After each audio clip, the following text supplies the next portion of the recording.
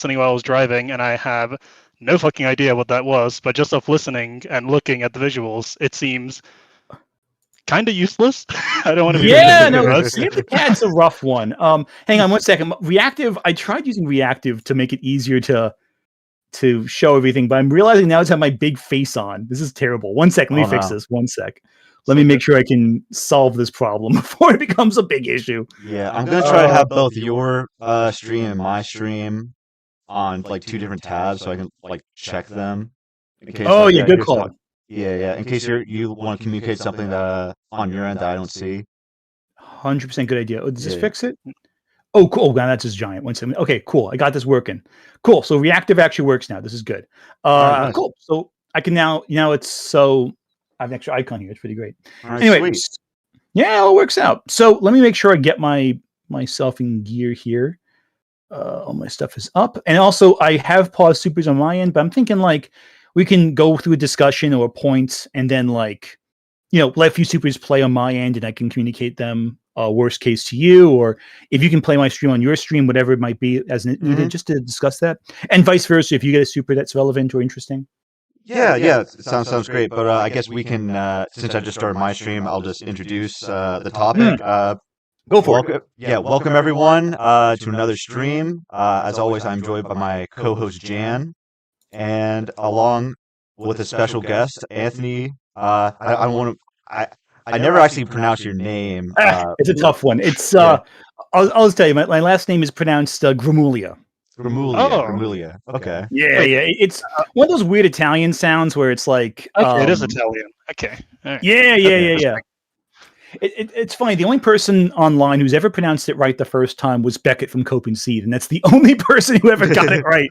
After that, no one's gotten it right since. It's hilarious. Even he got it wrong afterwards. I don't know what happened. He got it right once and then gave up, I guess. Yeah. Well, I'm terrible with names, so I'm probably just gonna keep on calling you Ann from henceforth. That's why I have it there. It's much easier to say than the full freaking thing. But before we start, I will add for this stream, we're going to be going over my video, responding to Ant. That was a response to Literature Devil. That was responding to Ant over responding to Literature Devil and a number of other content creators. Don't forget that part. Yeah. Yeah, but before we start any kind of discussion, I actually want to commend Ant for agreeing to talk to a smaller channel like mine to discuss both his video and my response to it. A lot of content creators with beef will often just throw jabs at each other instead of just directly hashing out their issues. So if possible, I would like to ensure that this debate, discussion, whatever you want to call it, is done in a civil fashion where we properly hear each other out and don't devolve into a shouting match, hurling insults at each other. I don't think it's going to go that way, and I'm just going to be as respectful as I can. No, same here. I want to also commend you for also wanting to join us as well. It's not that often. I feel like with the internet, we're so geared to just freaking throw anger at each other, and myself included. I fed into that too. I'm not going to pretend I have no accountability for that one, but it's just we're geared to like by the algorithm, whatever, to actually never listen to what the other person actually has to say. So I think it's really good that you're doing this. For one, I think it's good that you agreed to join on this. I think it's really fun, and I hope that it can be very productive, for both of us. Mm-hmm. Yeah. They're saying that there's a bit of an echo on my end. On your end? Okay. Yeah, I don't see any on mine, I don't believe, but it might be maybe one of your earbuds aren't like plugged in, or it's too close to the mic or something. Yeah, let me see. Or maybe it's me. I don't know. I don't think it is. No, but it's not you. We've had echoes on a few streams. I don't know why. We keep trying to fix it and never quite sticks. Fair. I hate when that happens, man. That sucks. that's frustrating. It's the funniest thing as well. It's like, oh yeah, we'll just resolve it midstream. It's like, can we just switch it off and then on again, please? It's not gonna work. No, dude, half the freaking. I mean, I forget who's told me this, but like, I think a stream isn't like successful unless there's a little bit of scuff that gets in the way at some point. Yeah. It's the authenticity when it's like all too clean. That's the artificial spin on it. Was like a baptism by fire, as they say. I was gonna actually chime in. Yeah, I was gonna chime in on one other thing because I do think it's interesting that you were saying you were considering making like a response video, and I do actually think that it's better that. Well, I guess the royal we get to hash it out because whenever you're making response videos, and I'm prone to this as well, all right, it's kind of like, when you're watching like a bad movie with friends, especially if you have a co-host and you're just riffing into it, because it's just like funny. Oh, But 100%. And that's the it's problem not really too. productive. Oh, I'm sorry, I talked over it at the end there. I'm so sorry. No, that's fine. That's fine. I mumble a little bit sometimes. I apologize. Nah, it's all, and I talk too much, so it all works. It all balances out. No, I agree with you. And the problem also is you have to be entertaining. You know, like the YouTube algorithm drives engagement, and how do you engage people? But to be funny or be over the top, or you say something inflammatory to get the attention. You know, it can't just be, oh, I disagree with this guy casually. No, it has to be the worst opinion ever, and you're wrong, and this, that, and the third. And I think that was a problem with my original video too. It went way too harsh, way too quickly, with less stuff to develop the ideas. That's one thing I have an issue with the video in hindsight. Okay. I think it's and mind you, sometimes you need to be harsh. And sometimes you need to be, blunt. I've tried since then to avoid too much intense harshness. I've tried to build. If I have to be harsh, I try to build to it. But again, you have disagreements with my literature devil response, so obviously we'll see how accurate my self perception is in that one. Right.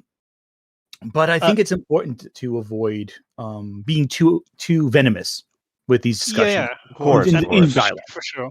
And I was gonna actually ask because it's related to the thing I think I outlined in the when we were discussing the topic a little bit earlier. But it's actually something I'm curious about because that first video was my introduction to you, and I'll be honest, due to I guess my sphere at the time, I was like, oh, this is a bit harsh. But like, I'm just curious, what percentage of it would you say you still stand by? I appreciate that's like nebulous, right? But like, would you say you agree with like the central point, but just think it wasn't demonstrated the best, or would you say that you've like shifted off of it slightly? Well, I think certain things I've shifted off of more, and other things I have shifted on harder actually. Some less so. I think one issue I had too. I think my biggest issue with the video is I bit off more than I can chew for one video. Really, I covered 5 different theses that should have gotten 5 separate videos, and each one should have been like about the same length as this one.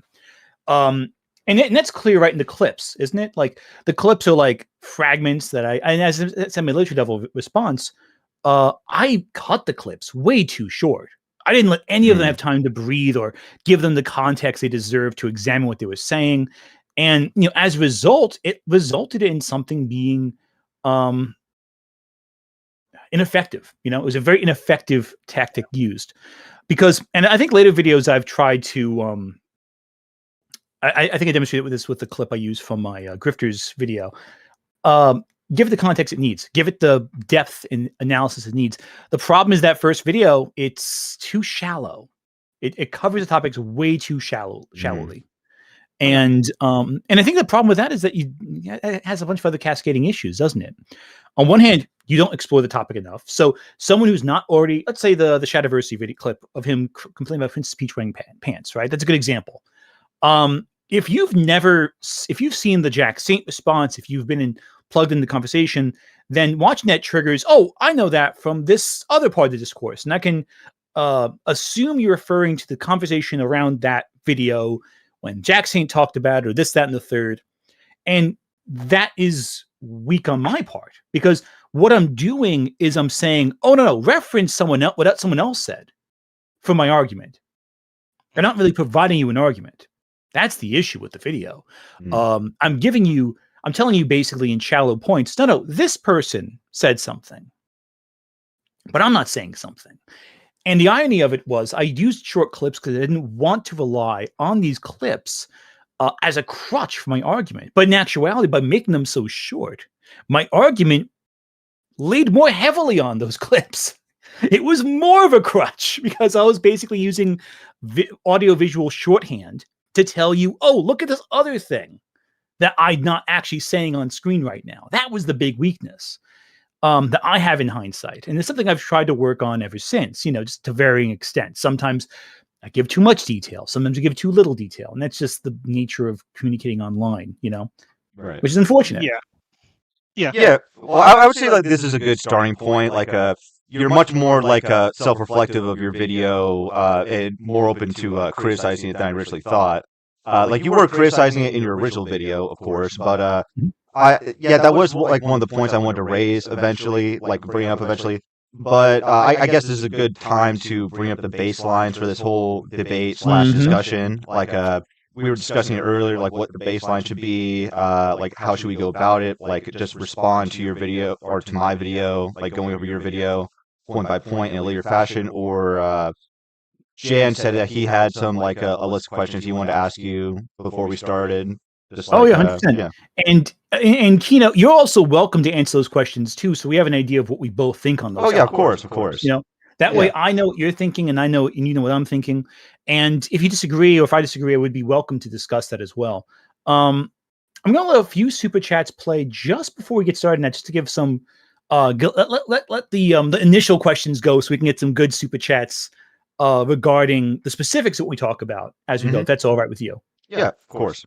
Awesome. Let's play a few right now. And if you're watching on Kino's stream, you can click the mine real quick to see these.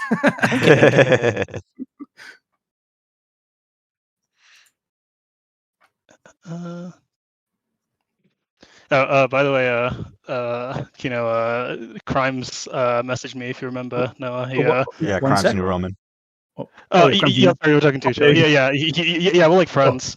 We met each other like a while back, so he messaged me like, "Oh, you should have told me."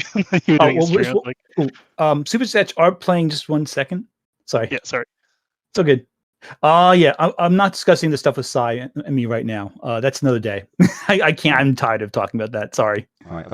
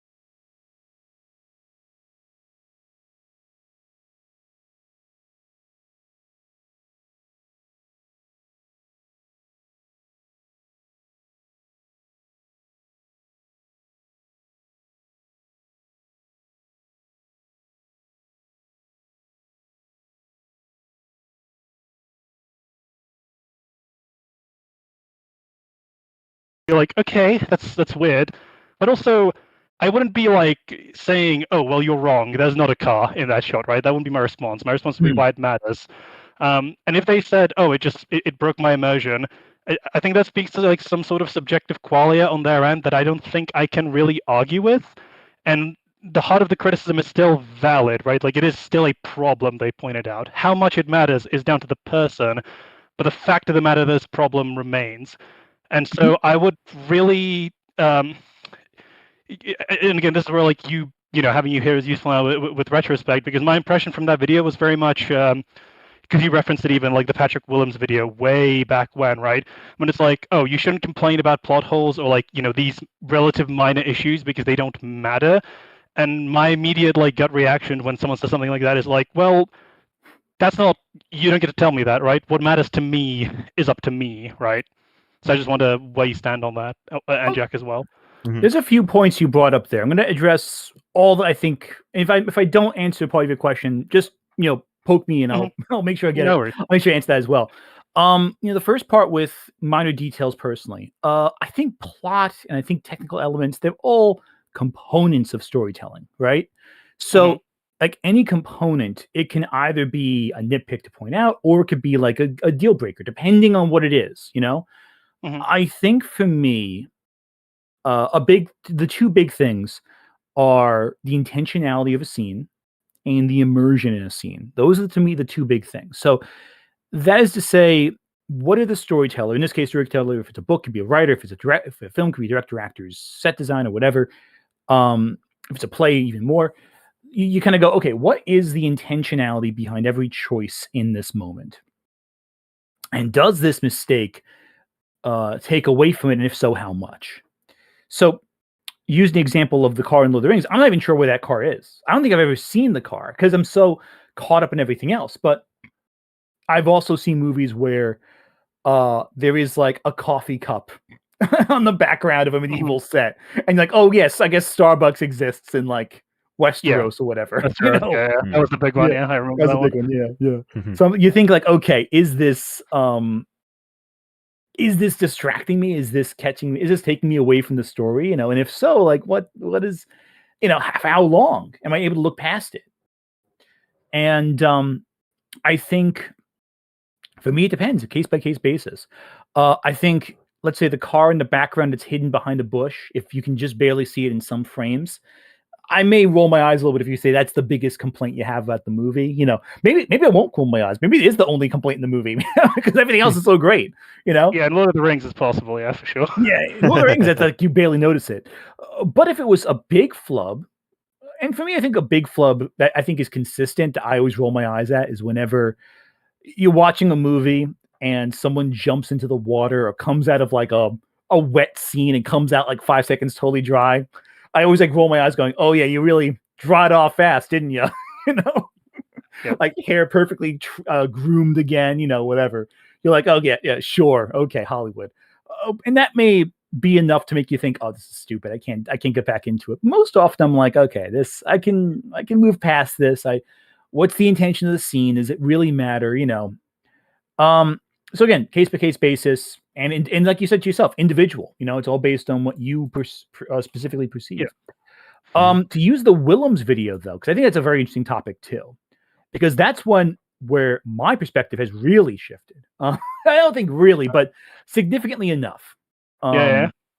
So I mentioned this in my response to Literature Devil when he brought it up in his response to my previous video, but when I was doing my Mahler video, I had a chance to really step back and go, what do I really think about this Patrick Willems video? Like objectively, what do I think about it? And I kind of went, okay, hang on. You know, I get what he's saying. I agree with the idea of what he's talking about, but it's the specifics where I'm like, you know, those can take you out of the film, you know, whatever it might be. Those can reduce from the intentionality of a scene. Those can take you out of the immersion of a moment. And I think it's like all things. Use the details available to you to justify your subjective conclusions, you know? So like, does this really bother you? And if so, why? Like, I think with my example I used in the video of like Blade Runner, which everyone debates whether it's a plot hole or not, I think it doesn't even matter either way. Because, and someone else actually pointed out too that you know, off the shoulder of Orion, that could just be a visual language because Orion is a constellation of, but the stars themselves are spread across hundreds of light years, so you're not even close to each other. I'm like, yeah, it's a good point. Didn't even think of that obvious example right there. But again, that's a simple example right there. You're really reaching for something to nitpick about because the scene works so well with the intended effort to get you in the emotional crux of this scene. And nothing else really matters about that scene outside that emotional crux. So if in a scene like that, if you went, okay, yeah, the coffee cup is in the background, that takes me out of it. Like, I kind of I roll my eyes and go, like, really, that bothered you? But if it's a technical action scene, let's say, and you're like, how did he make this shot when there's all this stuff in the way? It's like a perfectly lined up shot. It doesn't make sense. That would be distracting to me. So I think with plot holes, depends on, okay, what is the point of the scene? Does the plot flow? Is that the most important element of the moment? Is the set design the most important element of this moment? And it depends on everything. That's why I always want to go with a flexible interpretation of media criticism, because you can't judge everything by the same marker. Not everything's measured in yards. Some things are measured in ounces, you know? Some things are measured in milliliters, you know, whatever it might be. And if you figure that out based on, that's why it's tough. That's why media criticism is tough. It's not easy. Not everyone can do it because you got to adjust. And I think that's a big thing with online media discussion. Yeah. I have an issue with no one can adjust. They have to have their singular metric for all different pieces of media. you would never judge. I'll get off my high horse after this. I know I've been talking a little bit, so I'll stop after this. Okay, yeah, you're You fine. would never judge David Lynch's Eraserhead the same way you would judge Sam Raimi's Spider-Man. They're not comparable. Yeah, like you can't, not by this. You can maybe say, oh, the cinematography. How do you look at that? Oh, the set design. How do we look at that? But the intentions of both films, with each on a scene-by-scene basis, with each character, they're nothing alike. You can't compare the character writing because they're totally different intentions. You can't argue with the plot, whether the plot makes sense by the same metric. You can't. Eraser does not follow a 3-act structure. It doesn't follow any structure, and it's deliberate. But that works for that film. Jodorowsky wouldn't judge by the same metrics you judge Spielberg, but they're both great filmmakers because they have different intentions and different perspectives. That's my. To make a long story short, that's my gist. So there's my point. Yeah. I answered your question. I'm not sure if I did. Yeah, no, it's a large part of it. I was going to say, Kino, do you have anything you want to say? Or can I? I did have a follow up to that, but if you want to cut in, I obviously don't want to steal the show, so to speak. Yeah, no, you're fine, Jan. Oh wait, can you hear me? Fixing his voice. Who knows? Wait, can you hear me? Kino, you good there? Going once, going twice. Can you hear me? Can you hear me? Going 3 times sold.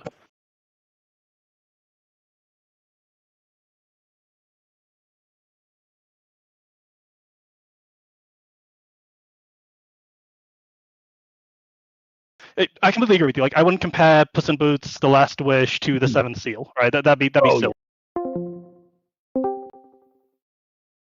Yeah, exactly. They have one similar thematic element, but other than that, the movies are very different, right? In terms of everything they're trying to do and achieve, in terms of how you derive your engagement from them, right? But the thing that and I'm gonna tip my hand a little bit as to which overall criticism you might be partial to. But the idea of criticizing things along how well they function on a writing level of logic that they set up and follow through on. So a good example, 2 movies that I think they came out around the same time, and they were just perfect bifocal comparisons of each other. Multiverse of Madness and Everything Everywhere All at Once. Both multiverse movies, one with an incredibly tight script, one with, I would describe it one of the worst scripts I've ever seen in terms of for coherency. Not the strongest script, I agree. yeah. The Memory Store did not land for me. I'll leave it at that. And then you look at those 2 movies, and it's like, well, they're both about multiverse, right? Multiverses. One of them is like a superhero, action flick, obviously, as well in the middle of that. But fundamentally, they both set up this very hard to tackle premise, and they both manage to contend with it in different ways. One, obviously, Everything Everywhere All at Once, sets out rules and then carries them to term. And then Multiverse of Madness sets up rules and then just shits on itself every 2 seconds, right? In terms of how they're carried to term, I would argue. And so even though these are very different movies from, you could say, they're obviously not quite as far away as something like, the Seventh Seal and fucking Puss in Boots, but they're different enough to where, but I still think we can judge them by a similar standard when it comes to coherency of how they're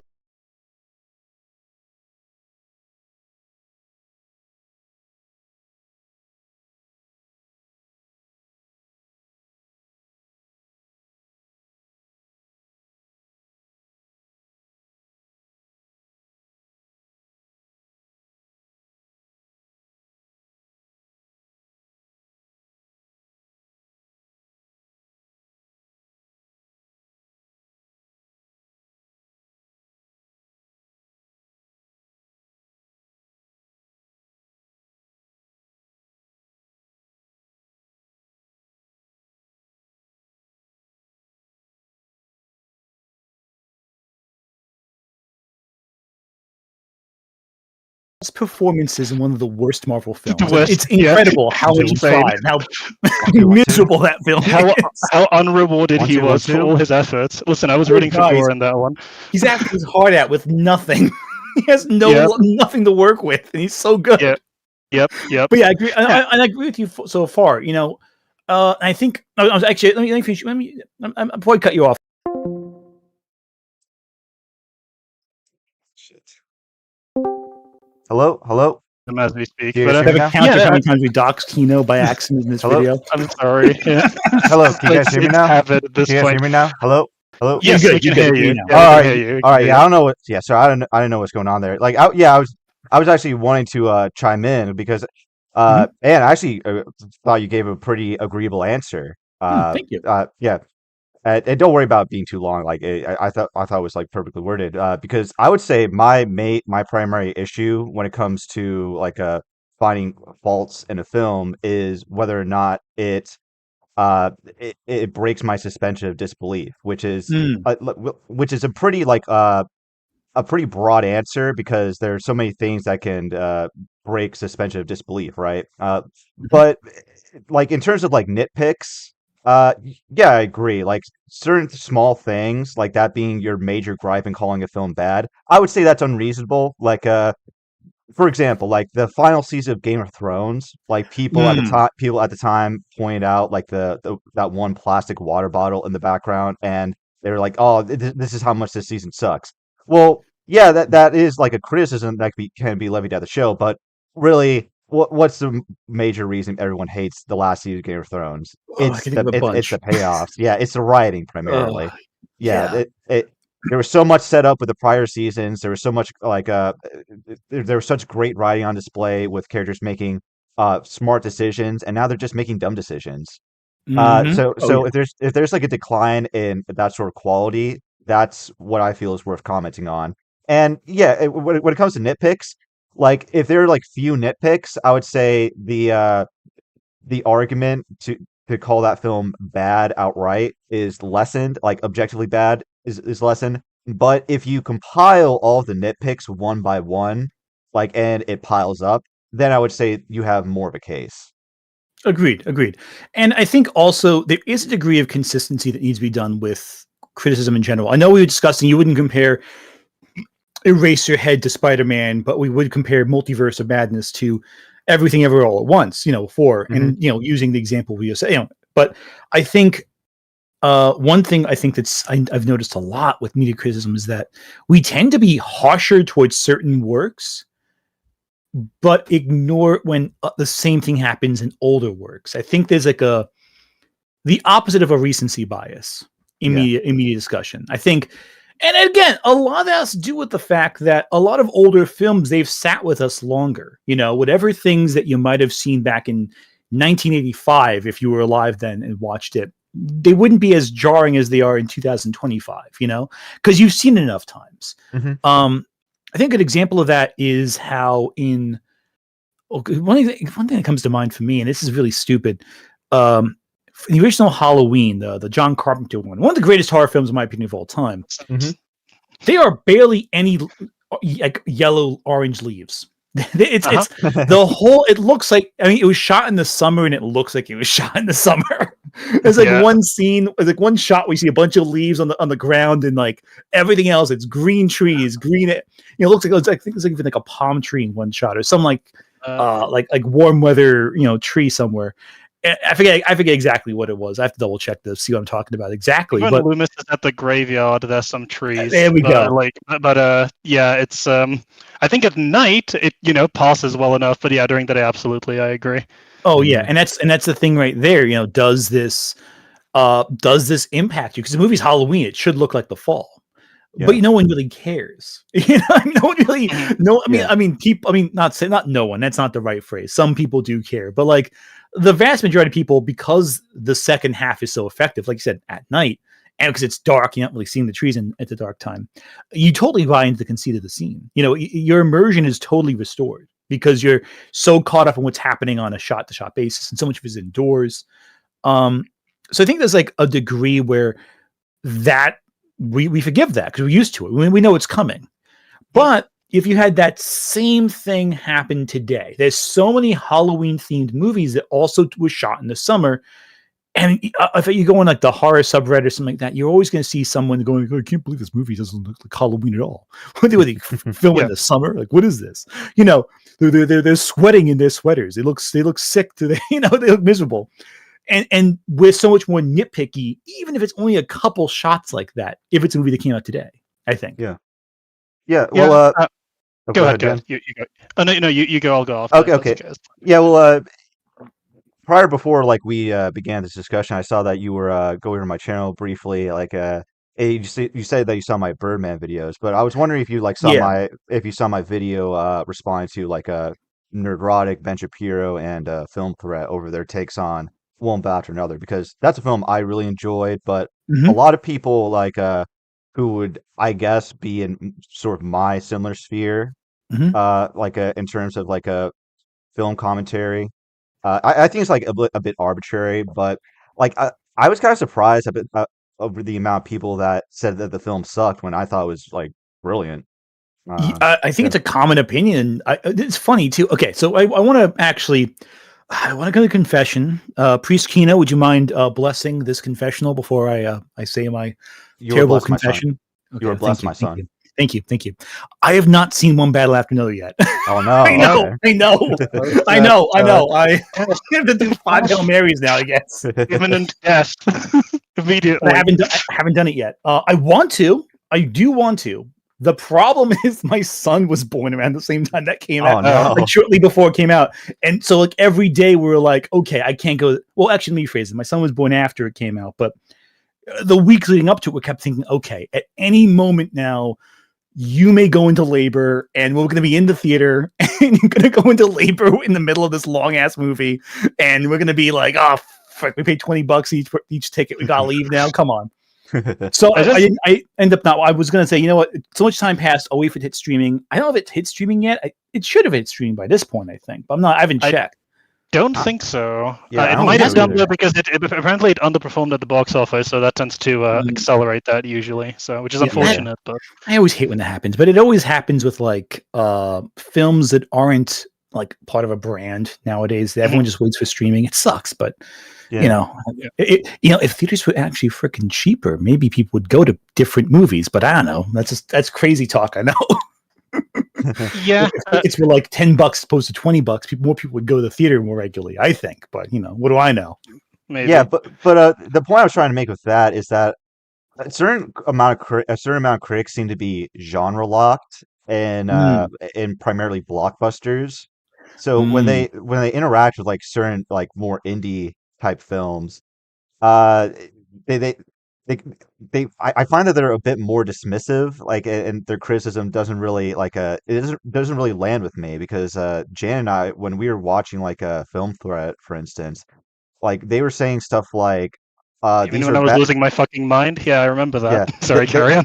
they're saying that since we were initially following bad people in the film, then it can't be an enjoyable experience, and I couldn't relate to that sentiment at all. that's freaking bizarre to me. I don't understand it at all, especially from Film Threat. Like I know, like Film Threat. In my again, mind you, I'm going off my personal bias here. I think they've fallen off pretty far from where they were in the '90s. But like, they have a lot of they have a history with indie films. Like, you think they'd get that, Like, and I wouldn't Hmm. even say One Battle After Another is all that indie. I watch a lot of Yeah. weird horror films. Those are like weird indie things, like some Flying Lotus stuff. That's a little out. But not a Flying Lotus fan, but that's just the first thing I thought of indie. But yeah, no, there's some weird stuff out there. You think they'd adjust their expectations a little bit, especially Paul Thomas Anderson. Like his films are slow typically, and they usually focus on.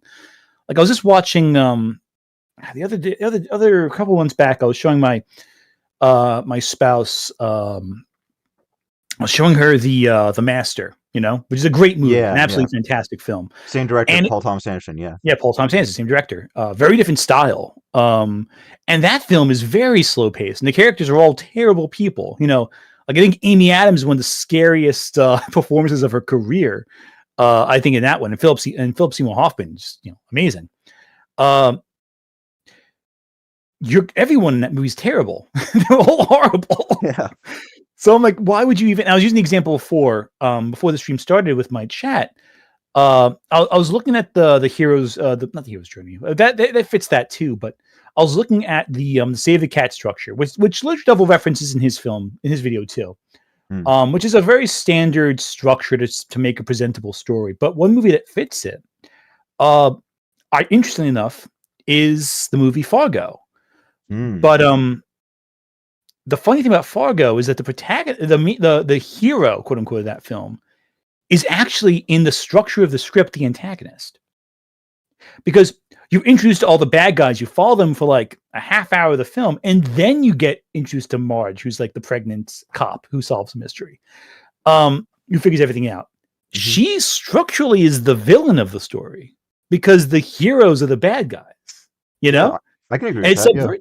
Yeah, and it's interesting, but you totally forget that because you love this character so much that you just completely remove yourself from the actual structure that you've been following so far. You're totally on her side from the moment she shows up. Sorry to cut in, because I think another good example that a lot of people might be familiar with as well is Breaking Bad is another good one for that one. Where obviously Hank. Walt is Hank, exactly. He's in a similar position. Hank is there's many characters in Breaking Bad that would you would describe as heroic before Walter White, but he's the protagonist. That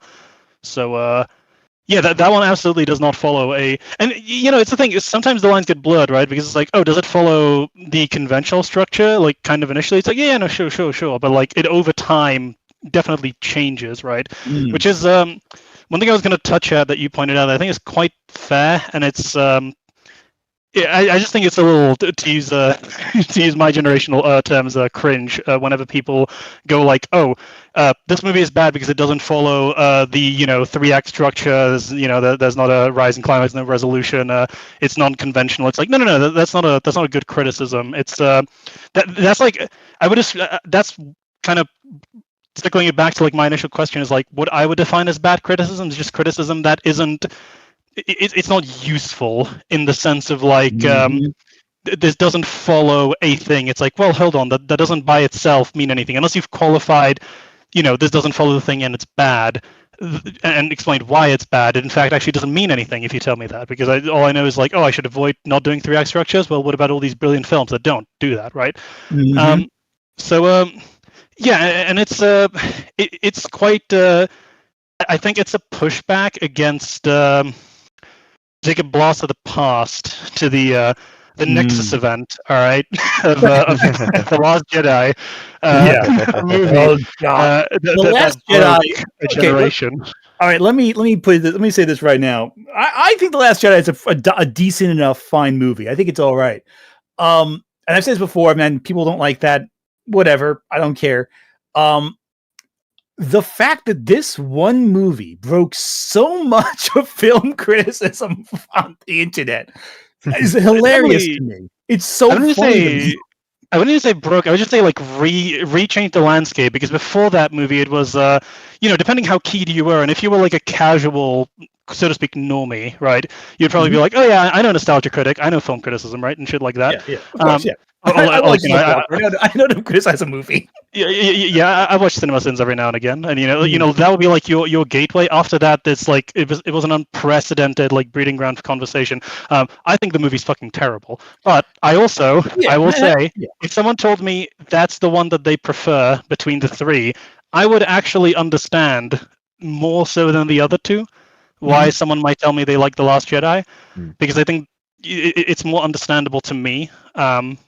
While I still think it, structurally is probably, I mean, it's not worse than Rise of Skywalker. That's impossible. But it'd be a fist fight between it and Force Awakens for writing, I feel. But I think also it depends on what you prefer. Do you prefer the familiar, or do you prefer something that is unconventional? And I think Last Jedi is very unconventional. I think for many people it was unconventional where it shouldn't be. I think it's the big. If I could sum up the big response, I think it's that it was unconventional, maybe in a way that rubbed people the wrong way, and other people really resonated with. I think to gunful things that are to like in it. Sorry to cut you off, but it'd be the directing work, because Rian Johnson, whatever else he is, and I've maintained this, he's a very good director. I think he knows he definitely knows the cinematography. He definitely knows how to get a lot out of his actors, performance-wise.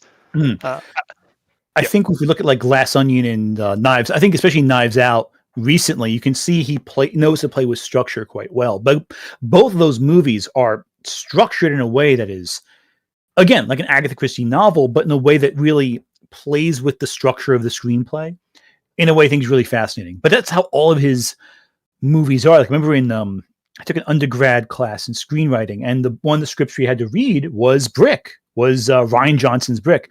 And I had no idea who Rian Johnson was before that script. And I'm like, this is and it's written in a way that feels so matter of fact. It feels so casual, it feels so familiar, and it feels so clever, and it feels like it's playing on tropes, and it's so interesting of a movie. Like Ryan Johnson as a storyteller is really talented.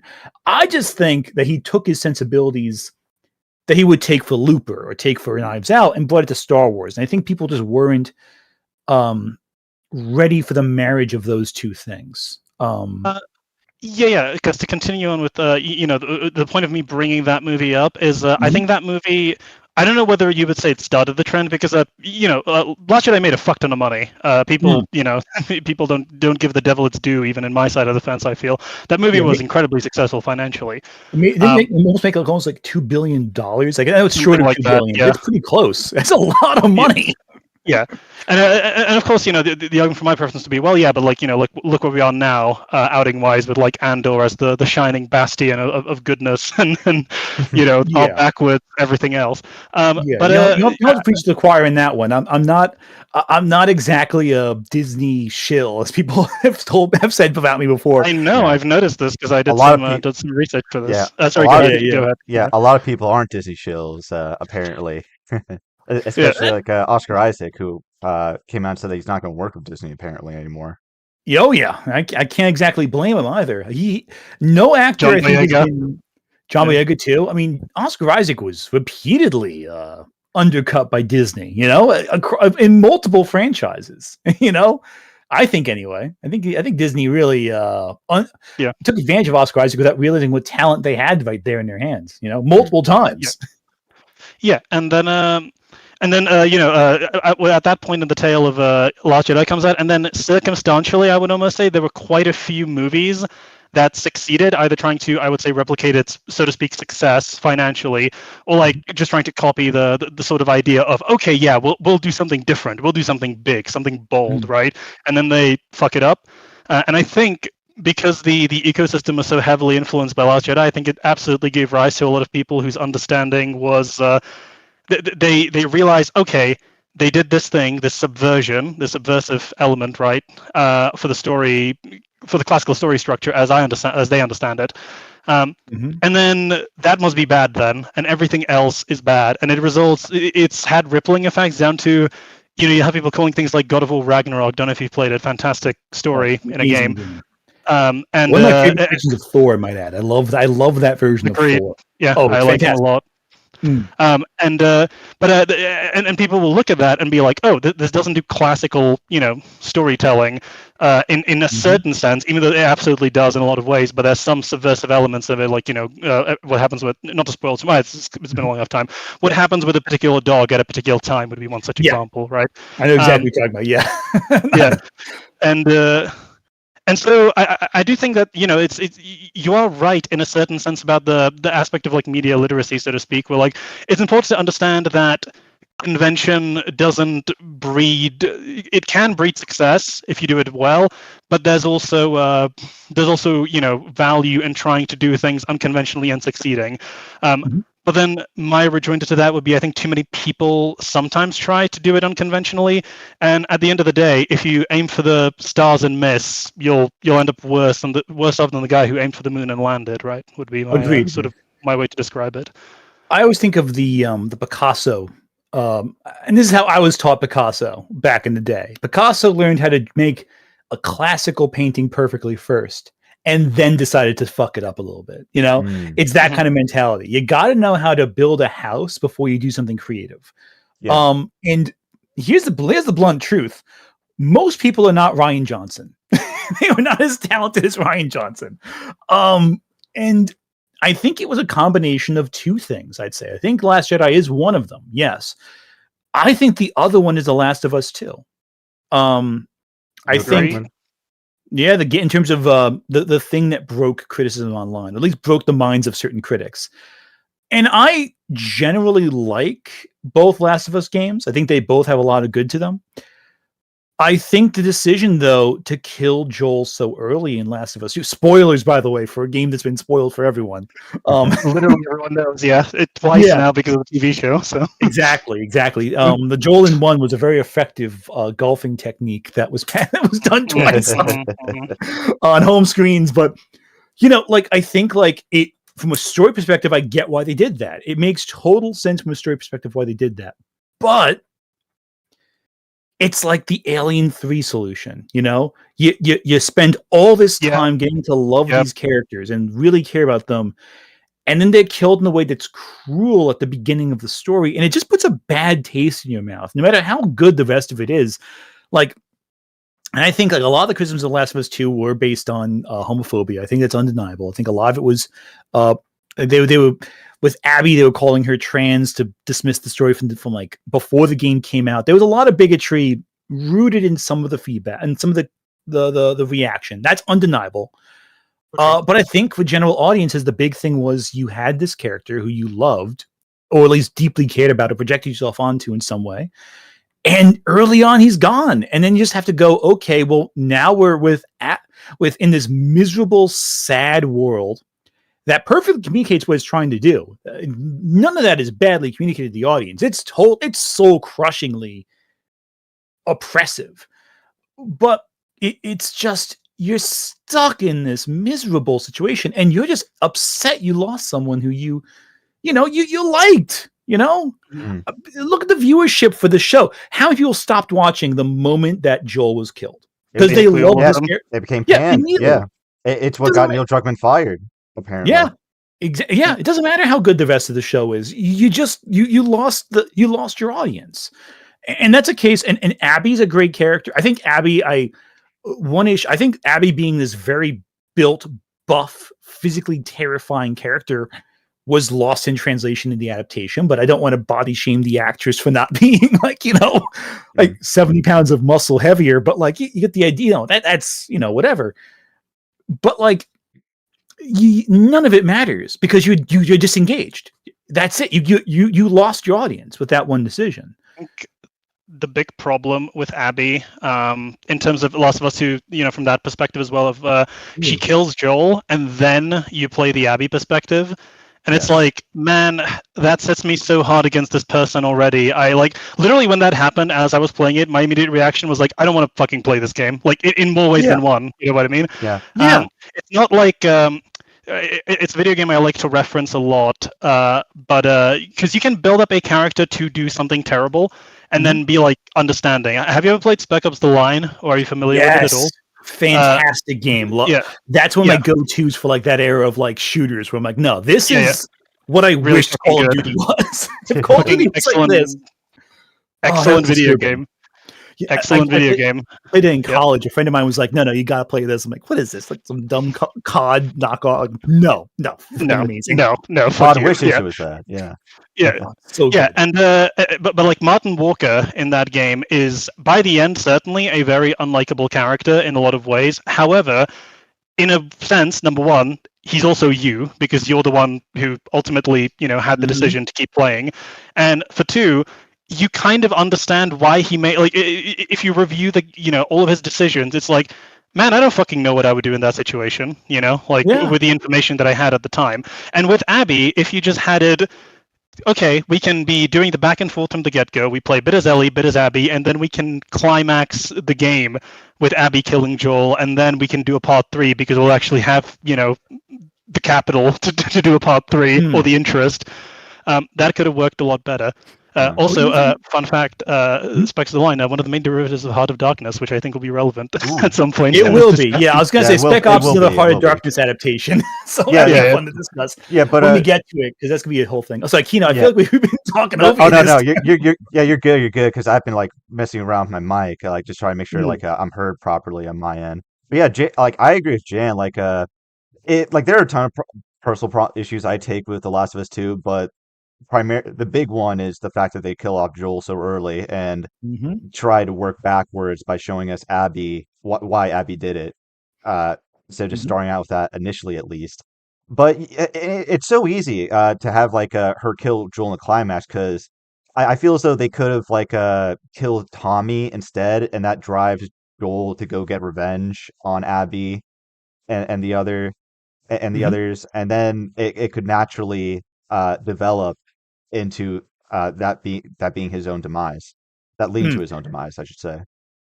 I have a different argument for structure, and I'm going to base it on another story that killed off the main character's point in the story, or at least a main character. Have it in the middle. Do it all chronological, you know, and have the second half of the game be like that. Because I think a lot of the movie Psycho, right? The movie Psycho, the big killing that's in the middle of the film, and that's one of those iconic bits in the thing. And you build up to it. You're not expecting it, because you know the way it's paced. Like if you play a game to its end, you kind of expect something bad to happen, you know? So you want to keep that surprise. You want to keep that sense of being unseated a little bit. And I think if you know what motivated her, you know what led to it, it feels more cathartic. But then you're like, okay, crap, what happens next when they can do it? I know they want to end with that sense of the cycle of revenge and moving past all that pain, because this can cause more pain. And I think that's what they want to end with it on. But also, they're never going to make a Last of Us 3. Let's be blunt about it. That would have been how the series ended if you did it that way. It would never go past 2. Are you kidding? These game franchise, I mean, it's not like Valve who can't count the 3, but still, Naughty Dog's not making a third one. Yeah. You know what I'm saying? Yeah. Do you guys think The Last of Us Part 2 would have benefited from like having like player choice or just like multiple endings?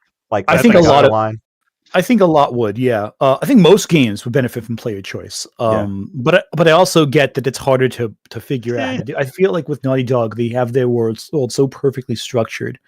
Maybe like certain choices throughout, you know, like certain decisions, but not the whole game should be too flexible. I think. There should absolutely be room for like when you're fighting her, like when you're fighting Ellie and stuff like that, like, you know, not even saying that has to influence the whole thing, but like there being decisions that you can make in that fight that like change the outcome in some way, right? Like in like a minor way, or like at the end, Last of Us 2, the easiest one would be, do you choose to execute Abby or not, right? Like that would be one that, and then you could have 2 endings, right? And more or less, and try to make, you know, still get your point across, but make them like neutral, because the vibe that I got from the Last of Us 2 ending was like, you know, it would be like kind of Monte Cristo, if you're familiar with that. But Dante, but Dante's kills everyone except Mondego, Danglars, and Villefort, and then at the end he just goes, "All right, fuck you, I'm riding off," and it'd be like, you can go now. Kind of weird. It's like what? Yeah, exactly. It's like what? Yeah, no. That's what that's my wife's favorite book. It's mine as well, actually. Yeah. It's one I got to revisit because it's been ages. But I agree with you on that one. Yeah, there was a good French adaptation, film adaptation of it from last year that I saw. The Count of Monte Cristo. Yeah, wasn't that? I heard about it, but I didn't see it. I heard it was really good. You ever? It is good. This might be a bad example. You ever see the anime adaptation of Count of Monte Cristo? Isn't there doesn't that have mechs in it? I heard. I forget if it has mechs in it, but I remember like the visual, because I saw it like I watched that and Code Geass back to back. So for me, I'm like the elements kind of blur together in hindsight. That's another one that got to be visited. Yeah. But I remember like the art style for that one being so incredible, like just a beautiful, like the colors and all that. Like anyway, this is a vague reference. I'm like half remembering this show. I'm like, wait, were there mechs in it? I remember there being mechs in it. My brain's all. After a while, you watch these shows and they come back like years later. Like, wait, was there mechs? I mean, it's probably like a big part of it, but my brain doesn't remember it. Yeah, that's after like 15 years, or however long ago it was. But no, anyway. So I want to play a few supers real quick because a lot of them have built up. Yeah, go ahead. Mind. Yeah, go ahead. Yeah, that's fine. All right. And there might be some points. If there's a good one, I might just bring it up in discussion because there might be a few good ones. Let me just play a few real quick. Yeah, sounds good.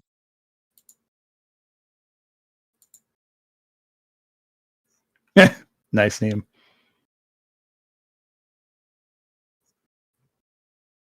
Don't worry, you jumped in right the right part there, buddy.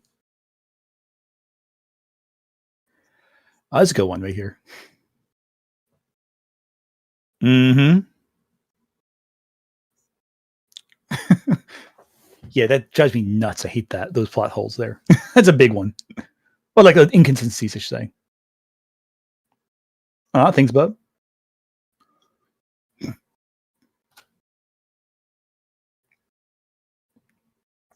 I assume you just pulled the shield off, but that's not a bad point, actually. It is a bit of an odd thing to overlook.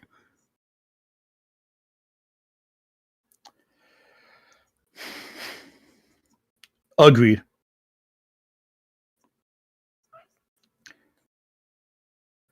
I'll be honest, I thought even season 4 was a downgrade for Game of Thrones. Further from the book they went, you know?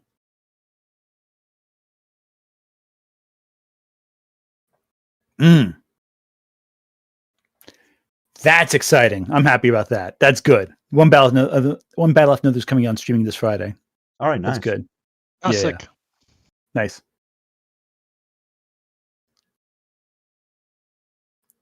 Yeah, when they kill Glenn, exactly. Oh, are they talking about The Walking Dead? Mm-hmm. No, see, In relation to Joel, yeah. I read the comic. I read the comic. Go ahead. Sorry. Just two more. Sorry. Hold that thought.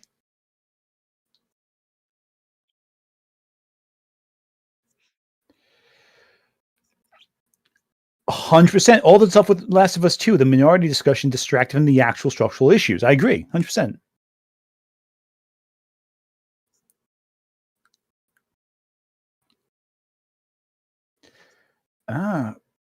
That would be something. But yeah, no, discussions of whether or not a movie's woke or something distracts from actual discussion about plot structure. It's I see it as so much of a distraction personally. I agree with that comment. And it's reductive because the issues are usually structural or storytelling mechanics. But to reiterate the question, Kino, the question about Glenn, it was saying, with Joel being killed off, it reminded, and that losing audience interest, that reminded them of how when Glenn was killed off in Walking Dead, how it was such a big deal and people were so upset and devastated, how it killed momentum for the Walking Dead show, I think. Yeah, well, I have like an interesting perspective because I read both the comic and watched the show. So I knew Glenn's death was coming, but I didn't feel a desire to stop reading the comic when Glenn died, because they simultaneously introduced a new character, Negan, whose like presence is like he's such a fascinating character. Like I would say he's one of the best characters. So when one great character exits, another one enters. That's how I viewed it. But apparently audiences didn't really get that same had that same feeling with Jeffrey Dean Morgan playing Negan. So I don't know if that has anything to do with it. If he didn't really capture the presence Negan did, but that's certainly how I felt, at least, because I didn't feel as though I didn't think he captured the same amount of charm. I felt as though someone like Henry Rollins would have been casted much better. That's interesting too. I don't disagree with you on that one. I think Jeffrey Dean Morgan, I think he got Negan like that charismatic side of him really well, but there's some bits of it where I'm like, I'm not intimidated by him all that much in certain. I know he's supposed to be like this scary guy, but I always kind of see him as like, I don't know. There's something about it doesn't scare. I don't know what it is. I might be the minority in that one. I don't know. Yeah, but besides that though, The Walking Dead was on decline for a while. It really shat the bed, if I'm being quite honest, because they differed from the comics quite a bit. And I'm not saying that in order to tell a good story, it has to be a one-to-one adaptation of the comics, but I would take a one-to-one adaptation of the Walking Dead comic series specifically over what we got on the show, because I just felt like there was like a lot of filler of just following characters that weren't in the comic, but they didn't really end up doing a whole lot of note. I know what you're saying there. Yeah, I didn't read all the comic, but I read enough of the early stuff to know that the show was taking a lot of deviations in terms of style, in terms of what was happening, and that kind of rubbed me the wrong way. I will say this. Oh, I'm going to play this one super chat just because my mod Kyle is saying it about Jeffrey Dean Morgan. Go ahead. And it's a good point.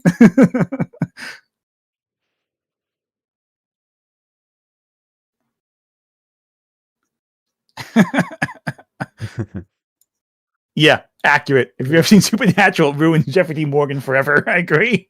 But the example I was going to think of in terms of adaptation, there's some adaptations that are very loose but really good. The Shining is a good example of that. Yes. But for me, the example of an adaptation that bugged me the most would be Game of Thrones. And it's some of the seasons that people think of as some of the best stuff. There's minor changes that ruin entire scenes for me. A great example of this is in season 4 of Game of Thrones, when it's right after Joffrey dies in the Purple Wedding, whatever.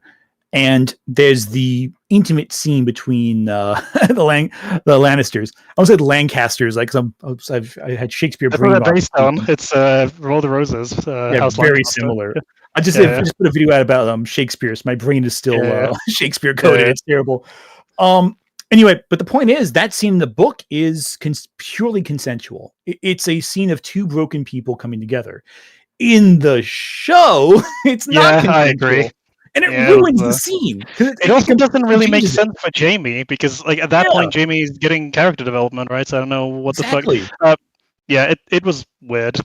I agree. It's just a terrible decision. I'm like, why the fuck would you do that? It's like it doesn't make any sense. And that showed, and I think that was reflective of all the problems that would come later. They wanted to go for the shocking stuff to stun you and not actually made sense with the characterization. Anyway, I think we've talked a lot. Do you want to go on to the video? I know that was a big thing. Yeah, of course. Yeah, so I'm going to bring it up on my screen as well, just so I can like reference what's going on to my audience in case you didn't see what happened in the video. I'll move this over a little bit. But I'm sorry, as I'm getting set up, you can. Oh wait, go away. I beat your screen, John, on my end. Don't worry about it. Sorry about that. Well, I was gonna bring up one point that I think is gonna be quite easy for. It's pertaining to the video, not to worry. This one should be quite easy for us to get past. It's the I know it's in the video as well, but the Neil Gaiman thing. Yes, that's obviously it's a good question. Yeah, so obviously I'm conscious of the fact that it's seeming now that more and more likely, as far as I'm aware of the story, which I've not followed it intensely, but it's all but certain that he did some very, very bad things. Yeah, unfortunately, I've been, because of circumstances, kind of forced to follow that story very closely, and unfortunately, it's very likely he did everything he's accused of. I'd be shocked if he wasn't, honestly. The thing that I was going to say though is and it happens at some point because I watched your full response. It happens at some point with a similar sort of a thing, which is Neil Gaiman giving writing advice, or even a. All right, I want to be very clear before I say this, all right, because I am a fantasy fan, my cred's on the line, all right? The absolute fucking cinematic dumpster fire that is the Aragon movie adaptation. I don't get why he cited that one of all the examples he could choose. It's Aragon. Yeah, no. I understand. I understand completely. I was like taken aback, but in both cases, right? It's like the meme, the worst person you know made a good point. It's like that's sort of that's a concept that I would apply to it, right? Where it's like, okay, sure, Neil Gaiman, seemingly very, very bad guy.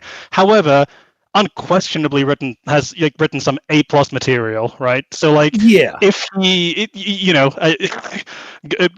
heaven help us if everything that he does is true. Hopefully, it'll be from a prison cell. But I would still be interested to hear what he has to say about about writing. Conversely, in Aragon, here's a personal anecdote too, I should probably say too, to get some bias out of the way. Aside from the obvious piece of bias everyone references whenever they talk about me with Neil Gaiman. I actually did study a lot of his lectures on storytelling. I knew exactly what lecture that was because I'd seen it in the past. And I would say a lot of it is very helpful from a writing perspective. But it's like citing Roman Polanski. It's like, he's very talented, but why him specifically do you want to mention right now in this instance? For me, it's yes, the advice is beneficial, but I mentioned for the stream, Stephen King on writing says the exact same thing. Like I have a quote I have a book, another writing book right next to me where they reference Jack Ketchum. I think Jack Ketchum also has some allegations, so I should preface it by saying I don't know if he's totally innocent either, but he says the exact same thing in more Jack Ketchum-y terms, which if you know who Jack Ketchum is, then it's bloody and disgusting what he says. I'm uncomfortable. So the argument from my preference, of course, would be and this would be everyone can have whatever levels of benefits of the doubt they want to give, but in a video like that, if my intent is to appear neutral, which you're under no obligation to do, by the way, because I mean he wasn't neutral on you, but like my point would be it's simply it's imminently conceivable that it's just he's most familiar with Neil Gaiman's comments. He might be unaware of those other two. Because Stephen King is a big one. I'll give you that one. Yeah. But also Stephen King is more. When I think of people who give writing advice, my mind goes to Brandon Sanderson and unfortunately Neil Gaiman before Stephen King. Yeah, I think it's also because Stephen King wrote one great book on it, and I feel like didn't do a bunch of lectures on it like Brandon Sanderson exactly does. because people don't really read books, and also obviously Brandon Sanderson. You're not wrong, unfortunately. And then Brandon Sanderson's lectures are all available online. That it's very convenient, right? You can get many of them for free, as far as I'm aware, as well, if you know where to look. So it's I would just simply say it's not, obviously. I got the point that you made in the video, which was like, this is kind of weird that it's like tone deaf, right? You would say. Yeah.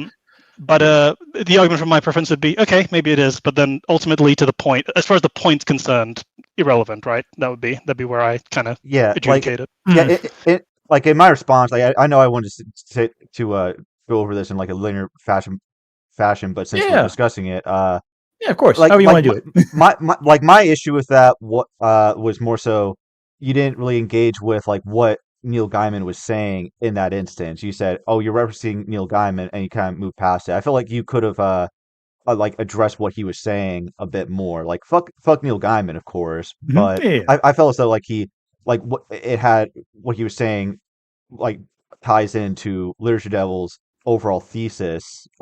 Besides responding to you of like the importance of being intellectually honest or valuing universal truths in storytelling. Yes, that's true. And I think this is one thing too that I think is an important thing to consider with my entire response as a whole. One big issue I had with the entire discussion was I felt like a lot of it didn't really respond to what I was talking about. It felt like if this had been just its own video essay, right, about honesty and storytelling and all that, that's useful. That's beneficial. But I never felt like he ever tied in the idea of truth to what I was saying in my video originally, because I felt like it kind of jumped in terms of his perspective. It's like, okay, what is intellectual truth? What is honesty? What is adherence to the earnestness of a story? Now, to reference the Jack Ketchum quote from another author who probably has allegations. I forget it. He might not have allegations. I'm not sure. I think I vaguely remember them being said, but I'm not. I don't know. So he does. I hope he doesn't. I hope I'm wrong. I'm going off of like vague memory. So that's always that's the most reliable of all sources. Guy in chat said he doesn't. So that's if that's not bulletproof. Okay. Yeah, person in chat said he doesn't. Thank God. Okay, good reference him then. I'm kidding. Jack Ketchum, the idea. Bulletproof that. Guy in chat. Sorry, go ahead. Why would anyone on the internet lie? Are you kidding? Honesty in that story was saying I think the scene he described in one of his books, I forget which one it was. Some kids break into a house, and it's like a Last House on the Left, Hills of Ice situation where they heard an animal. They killed this man's dog, and he talked about how the scene lingered on the moment, not really taking a look at the dramatic or melodrama of the scene, but doing like the matter-of-fact details of the moment and just describing those matter-of-fact details, and how he felt like that was so much more devastating than if he had shown him wailing to the sky. For me, that's intellectual honesty. That's what the Neil Gaiman quote is saying, kind of going with what's the honesty of the moment, the honesty of the human experience. That's what that quote tells me. The problem is I don't see that correlate with what Literature Devil's argument was, because he's talking about like archetypal storytelling. He's talking about the mechanics of writing. Well, I'm like, yeah, but that's not really the same thing as intellectual honesty. You have to kind of look at it and go, well, how does this really tie in with what you're talking about? And I watched the whole video again to make sure I didn't miss anything before this stream started. I never really saw him tied into any specific detail. Because he talks a lot, because the thing with Literature Devil, my big critique of him, and I know you make a comment at the end of your video about how I'm dismissive of his point. I don't necessarily disagree with that. But I'm dismissive because I felt so much if it didn't matter. Like really, what he was saying could have been condensed because so many of his points, they they beleaguer themselves. You know, they're points for points, their own points' sake, but they don't really. If you're making a response, they should be responses. They should be engaging or disengaging with what's being said. I felt like a lot of it, he just wanted to hear himself talk. And I feel that's the issue with the honesty point. I don't think he ever was honest. I think he was talking. I mean, that's not true. That's maybe a little too much. I don't think he was ever anchoring the honesty to something tangible. Because, you know, we can talk about honesty all we want. You can talk about, you know, is this meaningful? Is it true to life? Is it true to a human experience? But we're talking then about if it conforms to the monomyth. Like, we're talking about Save the Cat and like how a story, if it doesn't fit Save the Cat, it's bad because it's not honest. Like, that's not what honesty means. Honesty is like saying, you know, watching a movie and having like someone either cry to the heavens when something bad happens or have a moment where they just have a small like stillness, you know, that's, or an uncertainty or a shock. To use another work from an author whose work is marred by his reputation, Joss Whedon's Buffy episode, The Body. One of the greatest episodes of that show. All-time greats, yeah. Easy. Sure. That's honest because it's so cold and so unpleasant and you're stuck there, and that's honesty. Yeah. And it completely subverts archetypes. It completely subverts story structure. If Literature Double's video was about that honesty, yeah, 100%, that quote would have been relevant. But Neil Gaiman saying a scene is honest, it's like, that doesn't correlate. The closest he gets is discussion about, you know, Chinawa Achebe and that whole discussion, which I think also, I think what we're getting, and I was looking at what we were saying before on Twitter about this too. I feel like there's another case where we're not seeing eye to eye on this topic. But I also think it's a matter of how we argue online keeps us from seeing what the other person's trying to say, I think, in fairness. But even then, closest there is where the point comes across. His discussions about, you know, Martin Luther King or Malcolm X, and it's like, well, now you're editorializing. You know, now you're going into the ideas of what inspired the writers to tell the stories, but then you forget other quotes by Stan Lee. So Stan Lee, for example, and this is a little sidetrack, but I'm just addressing something I didn't bring up in the video because I had written it out in a script and I'm like, it doesn't really, I cut it because I didn't think it really added anything to the response, or I was doing the same thing he was doing. I was spiraling into a point that didn't really add up to the conclusion. You know, Stan Lee said, and I can find a video clip if I really, really want to, but you know, I've plugged in other videos I've played before. Stan Lee was saying how when he first made, again, Stan Lee, of course, is not a totally credible witness of his own writing. He's embellished a lot. His argument was he did not intend on the X-Men ever being an allegory for anything. He wrote them because he wanted an easy solution to give guys superpowers. That is true. Yeah. But he also said that as he was writing it, he found that he was just not deliberately lifting from anything, but because he was telling the story he was telling, he noticed it did run parallel, incidentally, not intentionally, but incidentally, to things happening around him. Because you write what you know, right? And if your real life has that, whether you realize it or not, it's bleeding into the work. It's not a deliberate metaphor. And he would admit he would put stuff in the background to kind of reference it on occasion, but it wasn't deliberate. It was just his truth, his perspective of reality. Yeah, and that's kind of the point of when people say that everything, like all art, is political because it's in the current today context of today. It's not necessarily partisan politics per se, but more so like communicating an unconscious worldview. That's a byproduct of where and how they're living their life at that moment. Yeah. 100% agree with that. Yeah, no, exactly that. All art is political, not because, you know, you're going to get like friggin' someone going on a grandstand and telling you why you should vote Democrat next election. That's not at all. It's just the work exists and it exists in response to the world in some way. Yeah. Even escapist media, you know? Okay, I'm sorry. If I could, no, I was going to say, because this is actually where I think I have some disagreements. If I was to, I don't even necessarily know disagreements. It's just, so my quibble with that terminology, this might just be a me thing, but it's surely at that point we could just say, like, everything in reality is political in a certain Yeah. sense. Yeah, I would say that. Yeah. Okay, yeah, that's fair enough. I would probably, because the thing where I'm coming from is at that point I would sooner say all things are, like tethered to reality, which it seems like a trivially true statement, but I would say it's no less trivially true than saying everything's political, if you know what I mean. I would say influenced by reality rather than tethered, because you can have a work that is deliberately untethered, but it's still in reference to what is real. You know what I mean? Like it's not grounded in the realism, but it's a response to the realism. Just like in escapist media, you're responding. Like all the to use an example with anime. Why are so many isekai anime about people who die at boring jobs going to a world where they can have all the women in the world and they have all the powers in the world and the best person in the world ever? It's not because it's reflecting their reality; it's reflecting what they wish from reality. Yeah. And that's political. Yeah, and like I trust you know who Slavoj Zizek is. Yes. Yeah. So he has this. He once did this like video. I don't know if it was like for. I forget who it was for, but it was like where he was analyzing They Live, John Carpenter's They Live, and the power of like subversion and propaganda, like how you can be subtly influenced by messages in films that aren't even necessarily intentional. Yeah, and you're not immune to propaganda. That's a joke for a reason. You aren't. No matter who you are.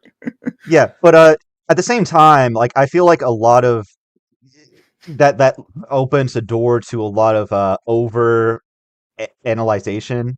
Like you can look for certain things that's not necessarily there, but if you tell yourself that it is enough times, then you convince yourself that it is. Like I trust you know what Chainsaw Man is, Tatsuki Fujimoto. Oh yeah, Chainsaw Man. Never heard that before. my artist currently didn't just redesign his avatar to look like freaking Chainsaw Man. Yeah, no, 100%. No, I don't. Of course. Well, do you like he's written a bunch of great one shots. One of such is I know that a bunch of them were recently animated and put on Amazon, but one of the ones that wasn't was just listen to the song. I don't know if you've read that. I admit I'm less familiar with the one shots. I will say that. So if you can hold my hand a little bit with this one, I'll pick up on it. But so it's a very short one shot, but the story is essentially about a boy confessing to his this girl he likes, and he posts it's with a song he posted on YouTube, and she says sorry, not interested, but the video actually blows up, and because people see all sorts of things, and they impart all of their they impart their different perspectives on it. Like there's a ghost that somehow shows up. There's like other weird occurrences that happen in the video, and people start putting their own spin on what the video is about. Like what the song's about. Like they say it was like a Rorschach test almost, right? Yeah, exactly, like that. And like you have people saying, "Oh, this is commenting on American gun culture." Like this cat, like that represents a sun. Like all these wild interpretations, and then the boy releases another song, but nobody likes it. Like it doesn't have like the same sort of like impact the original one had, which got around like 400 million views, some crazy number like that. But this one didn't do as well. And by the end, you think, oh well, is this like a lesson about how you don't chase fame? But in the end, the girl comes up to him and she says, "I saw your video, and you're referencing that time you were spending time with me or like painting a picture of me when we were kids," and that's how it ends. It's kind of ambiguous as to whether or not she that was when she decided to give him a chance, like started to go on dates with him, like reciprocate his feelings. But to me, like that short story is Katsuki Fujimoto commenting on the success of his works, like specifically Chainsaw Man, where you have a bunch of people commenting, like looking at like a work that he didn't expect to become so popular, and give all of their interpretations. that aren't really there. And if you really want to know what it was about, you just listen to the song. Hence why the one shot is called "Just Listen to the Song."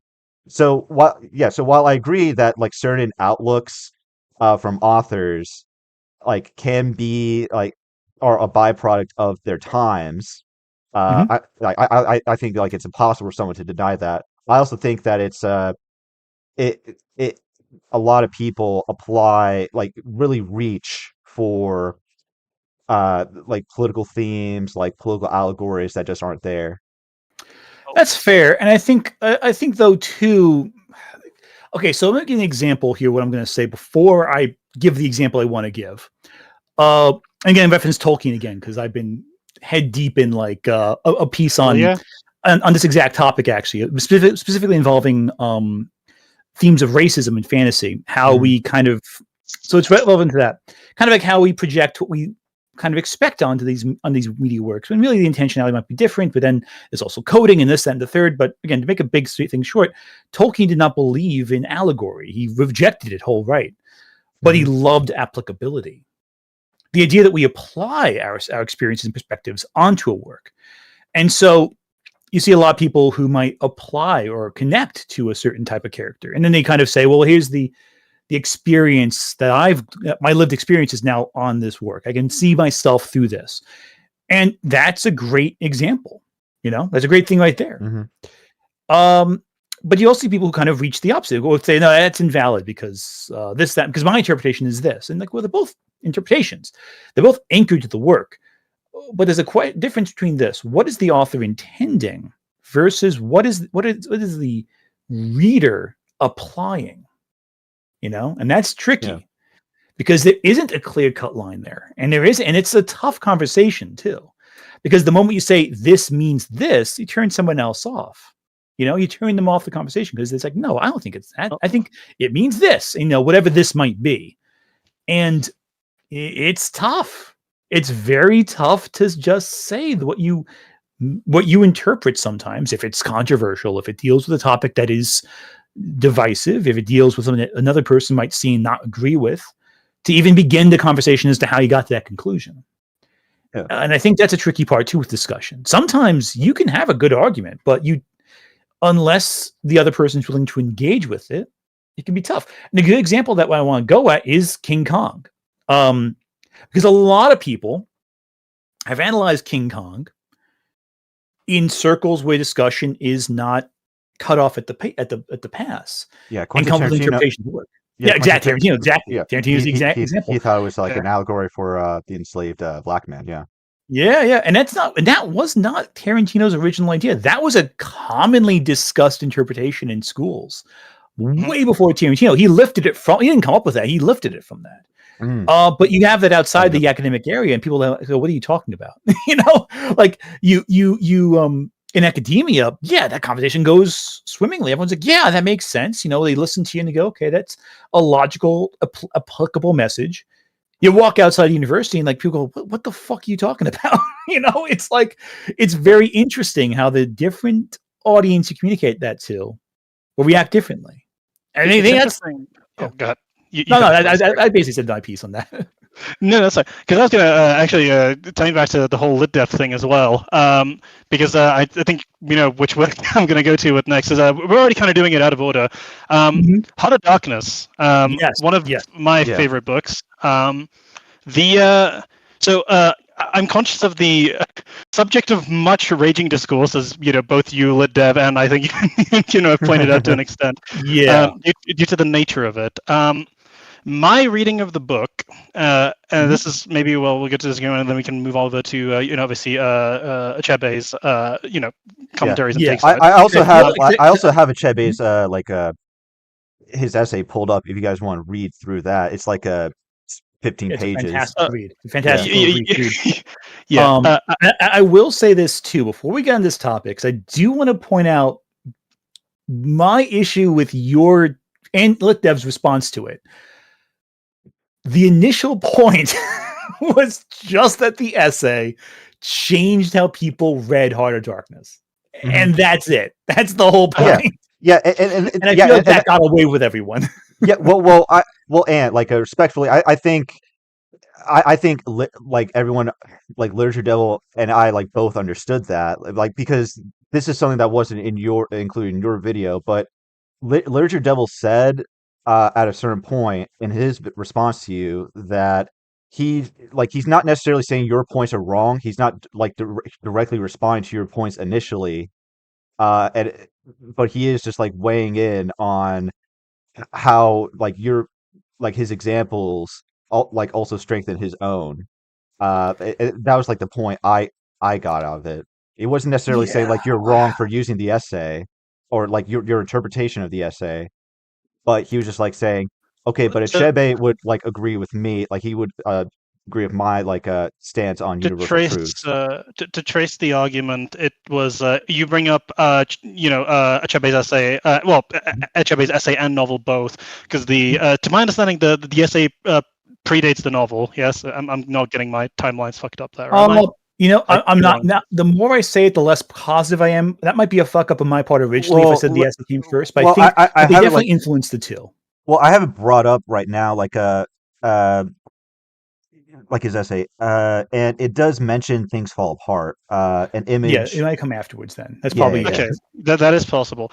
Because of course the big thing with the nature of Achebe, and obviously, so your point was criticism can be valuable, which I would say that's trivially true, but also yeah, no, that's obviously not wrong. You're not wrong to point that out. And then Literature Devil was trying to make the point about the nature of like honesty and representation and universal truths in storytelling, and then the particular Achebe quote, which I'm sure we'll get to, where you both kind of to me it was funny as a viewer, and maybe we can discuss that more in a bit, but when I was looking at it, I was like, so your interpretations are both valid as far as I'm concerned, Mhm. but you're both claiming one is more inherently valid than the other, but I actually don't think they're mutually exclusive, because Yeah. Literature Devils oh, go ahead. I completely agree with Jan. I didn't think that they were like mutually exclusive at all. Like you could say, like your takeaway could be that Achebe believed in universal truths, and he also believed Heart of Because Darkness was racist, and like well, yeah, it again, to like set it as far as my understanding was, so Achebe in his essay says Europe, and this is both of these obviously predate things like the internet and Discord, where I could very easily talk to a person from Africa on a whim if I had a mind to. But this is from a time period, and particularly the time period Joseph Conrad lived in. And a bit of the background, actually, by the writing of Heart of Darkness, much of it was inspired by an event. I don't know, but are you familiar with it? But the Emin Pasha rescue operation it was an expedition headed by Henry Morton Stanley. And Heart of Darkness was actually written in response to when Henry Morton Stanley returned, because that expedition, while successful in its goal of quote unquote rescuing this person, had like a horrific Kurtz-style disaster happen with its rear column, where there was an officer by the name of Bartlord who just went insane, and some just horrific things happened. Look it up if you have a strong stomach. I'm not kidding. There's some extremely fucked up shit. Yeah, anyway, I'm vaguely aware of the real story, so I'm not going to pretend like I'm an expert on it. But from what I know, it is deeply disturbing. Yeah, and that was sort of the big I think approach that Achebe was tackling Heart of Darkness, which is not an invalid one, by the way. It was that most of Europe's understanding of Africa was from people like Stanley returning from expeditions and sharing, their exploits in Africa as adventurous. So the perspective is, it's literally the meme, right? Like our noble, this thing, they're brutish, that thing, right? Yeah. And so that's of course a valid point. So his depiction was, and I think Literature Devil even agreed with this in the way he was responding, of like Europe had this perspective of Africa. Achebe wanted to get the real picture there because truth is important and sunlight is the better disinfectant and all of these things. But equally, in his own novel Things Fall Apart, he did not go out of his way to mythologize Africa as this winter wonderland where everything goes perfectly and everything's sunny all the time, which is I think what Literature Dev was highlighting to support his point about universal truths. And then again, you're not wrong to say this, pointed out that no, but Achebe also wanted to do that former thing that I just articulated, pointing out that Europe has a the perspective of Europe on Africa was dramatically askew, and in some ways, for some people continues to be so. So of course, you see what I mean? Neither of you are wrong. You're just both saying, well, this is the really important part of the quote. And I'm like, well, they're both important, right? Yeah. Well, As a viewer. to an extent, I know what you're saying. And I don't disagree with, to an extent, what you're saying. I'm sorry, I cut you off, Kino. I'm sorry. You say a piece first before I go into anything. Oh, no, you're good. Sorry, but I cut you off there. Yeah. I was just going to ask if you're familiar with the philosophy or literary movement of naturalism. If you're familiar with authors who subscribe to that. Yeah. Like, because there are various authors who apply, like, who subscribe to that mindset, but most notably would be Cormac McCarthy. Yeah, very much so. With Blood Meridian being the best example of his work. Like, because it's in a lot of ways. Out of Darkness is really good too, by the way. Out of Darkness is really good. But there's but there's a point to this like comparison, because like Cormac McCarthy was very much inspired by Heart of Darkness. He was very much inspired by Joseph Conrad's writing for his own, and you can really tell that in Blood Meridian, because even though it's a depiction of the Wild West, it's very much not a romanticization. Because it's in the same way Heart of Darkness can be called a critique of colonialism, Blood Meridian can be seen as a criticism of Manifest Destiny because of how brutal everyone is. But it's not simply the cowboys, the main characters, who are painted in a terrible light or a savage light. It's also the indigenous tribes, like and their style of scalping. So, my question to you is, if you would consider Heart of Darkness to be racist, would you also consider Blood Meridian racist under the same reasoning? Okay, so those are two questions. I'll answer the Blood Meridian one first, since it's, I think, the easier one to answer. I would say Blood Meridian has some problematic elements. That's not the same thing I would say as racism. Blood Meridian, though, is such a cynical view of all humanity. You know, everything is violent, everything is brutal, and it's like, is it racist if you're painting all of humanity with the same extremely violent brush? I don't know. I also will say that Heart of Darkness has a different problem than Blood Meridian, because Blood Meridian characterizes everyone. Yes, they're characterized with brutality and cruelty, but the reason why Heart of Darkness is considered racist isn't because it's violent. It's considered racist because it kind of mutes the culture in Africa. It becomes just this savage, monstrous force. Whereas in Blood Meridian, with each sequence, you get a sense of what's happening. You understand why what's happening is happening. It's not like just chaos. It is chaos, but it's like there's a pattern to it. There's a structure. There's a society. There are characters with wants and desires and intentionality. Whereas in Heart of Darkness, they're all kind of painted with the same sort of nebulous, violent brush. That doesn't seem to make much sense.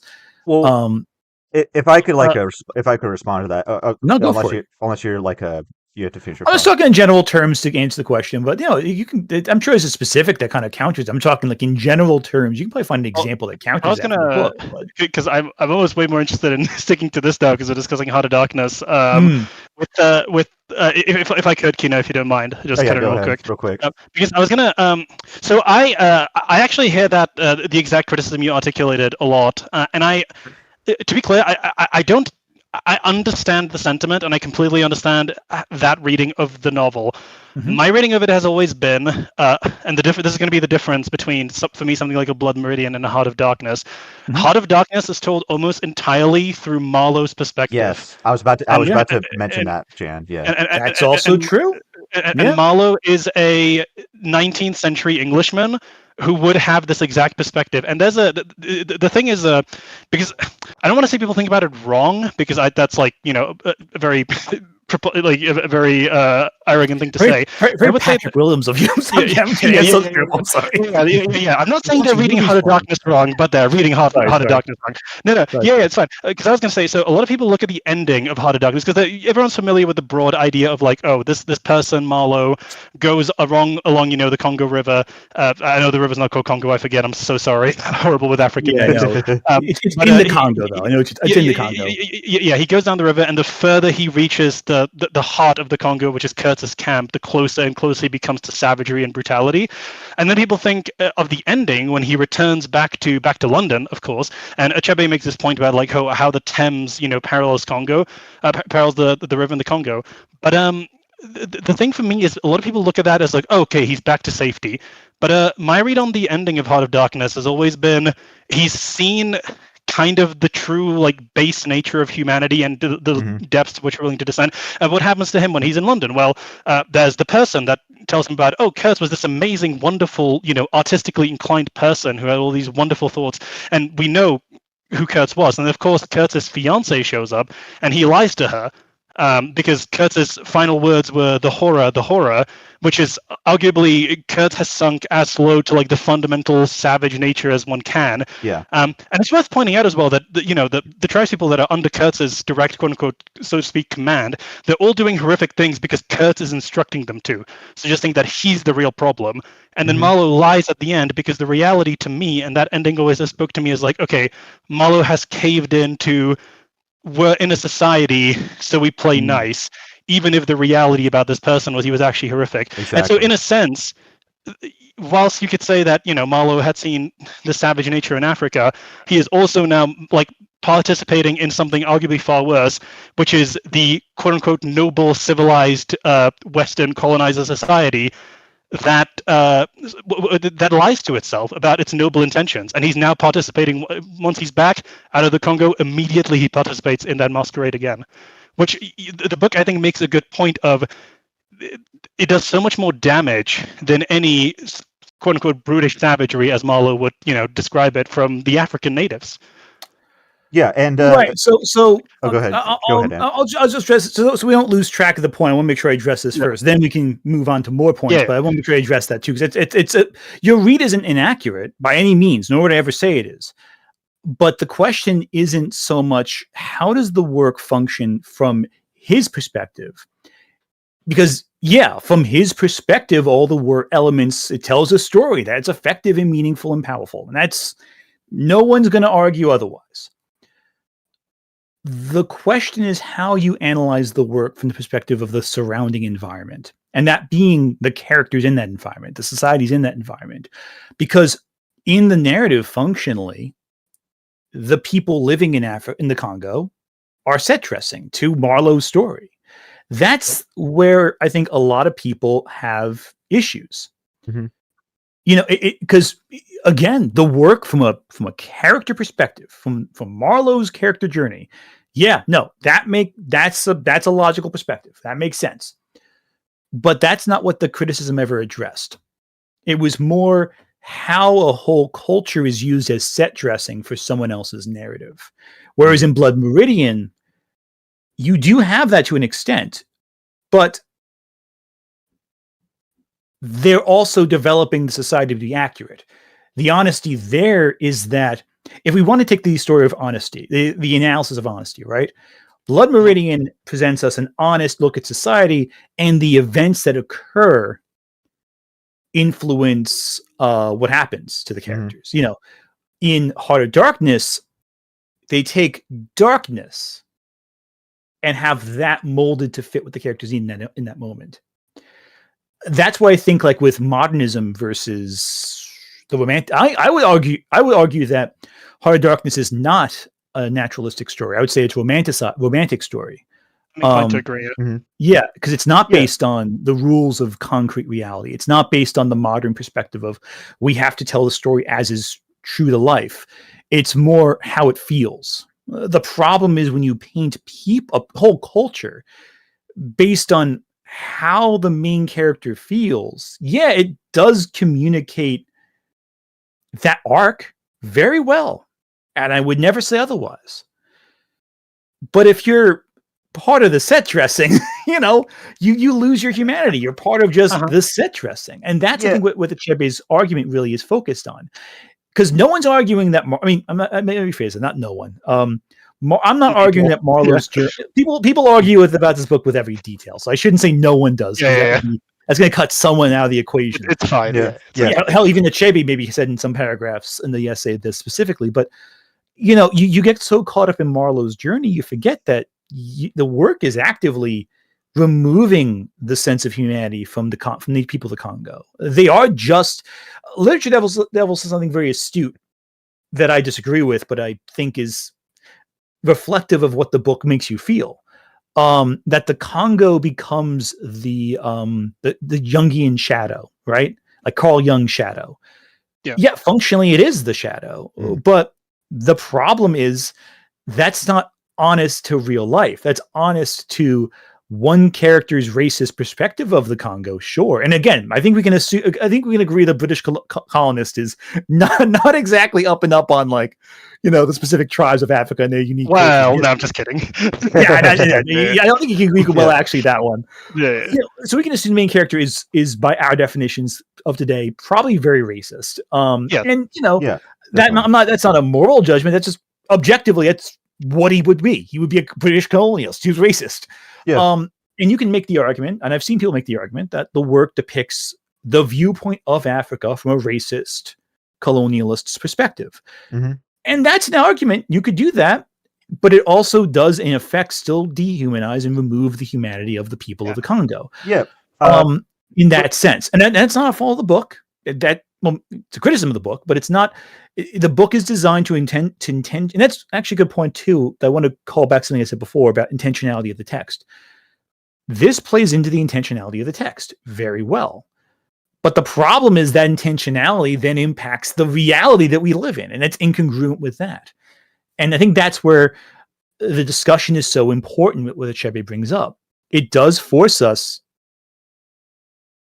to address the fact that the Africans were people, and not like the set dressing to Marlowe's story. If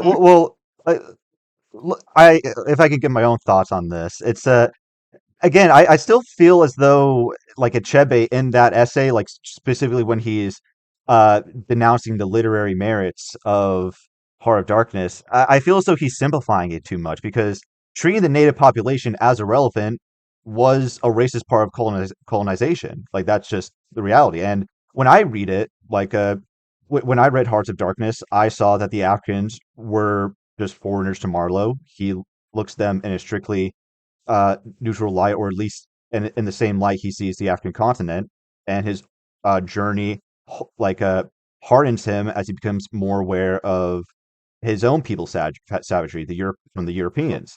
And because throughout the novel, like the Africans are called enemies and rebels. When we saw earlier that they're in chains, they're shot at when they throw sticks. That's not like a really fair response or punishment.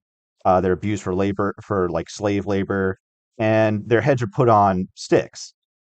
Like, they're suffering. And to me, the reader, like, I look at that and I'm appalled. And I think that was the intention behind Joseph Conrad. It was an endorsement of those, but it was showcasing the type, like the reality of what that is, of what colonization brings. I'm not gonna lie to you right here. I don't totally agree with your read there. But again, this is also because I think that the problem is, I think the book's ultimate thesis is that human nature is ultimately savage and cruel. I think that's the ultimate thesis of Heart of Darkness. If you boil it down to a singular thesis. Yes. I also think, though, that the way the book presents the Congo, that it implies that the world, that the land itself just makes people go that way. It makes people be that savage, which implies that the British placing order on the orderless is the best way they can control it. Even though they're corrupted by it, they're trying to gain control over this lawless land. But that's inherently a discussion and line of thinking that leads you to treat the people living there were from some chaotic world. It was at the time called the Dark Continent because they believed that. Yeah, that was the commonality because they believed there was no culture there, that it was orderless and chaos and cruelty. If you were living in the time of Heart of Darkness, your only experience of the Congo was this book. And so you would assume it's the way it was depicted in that text, you know? You couldn't just book a trip over there or watch a documentary about it.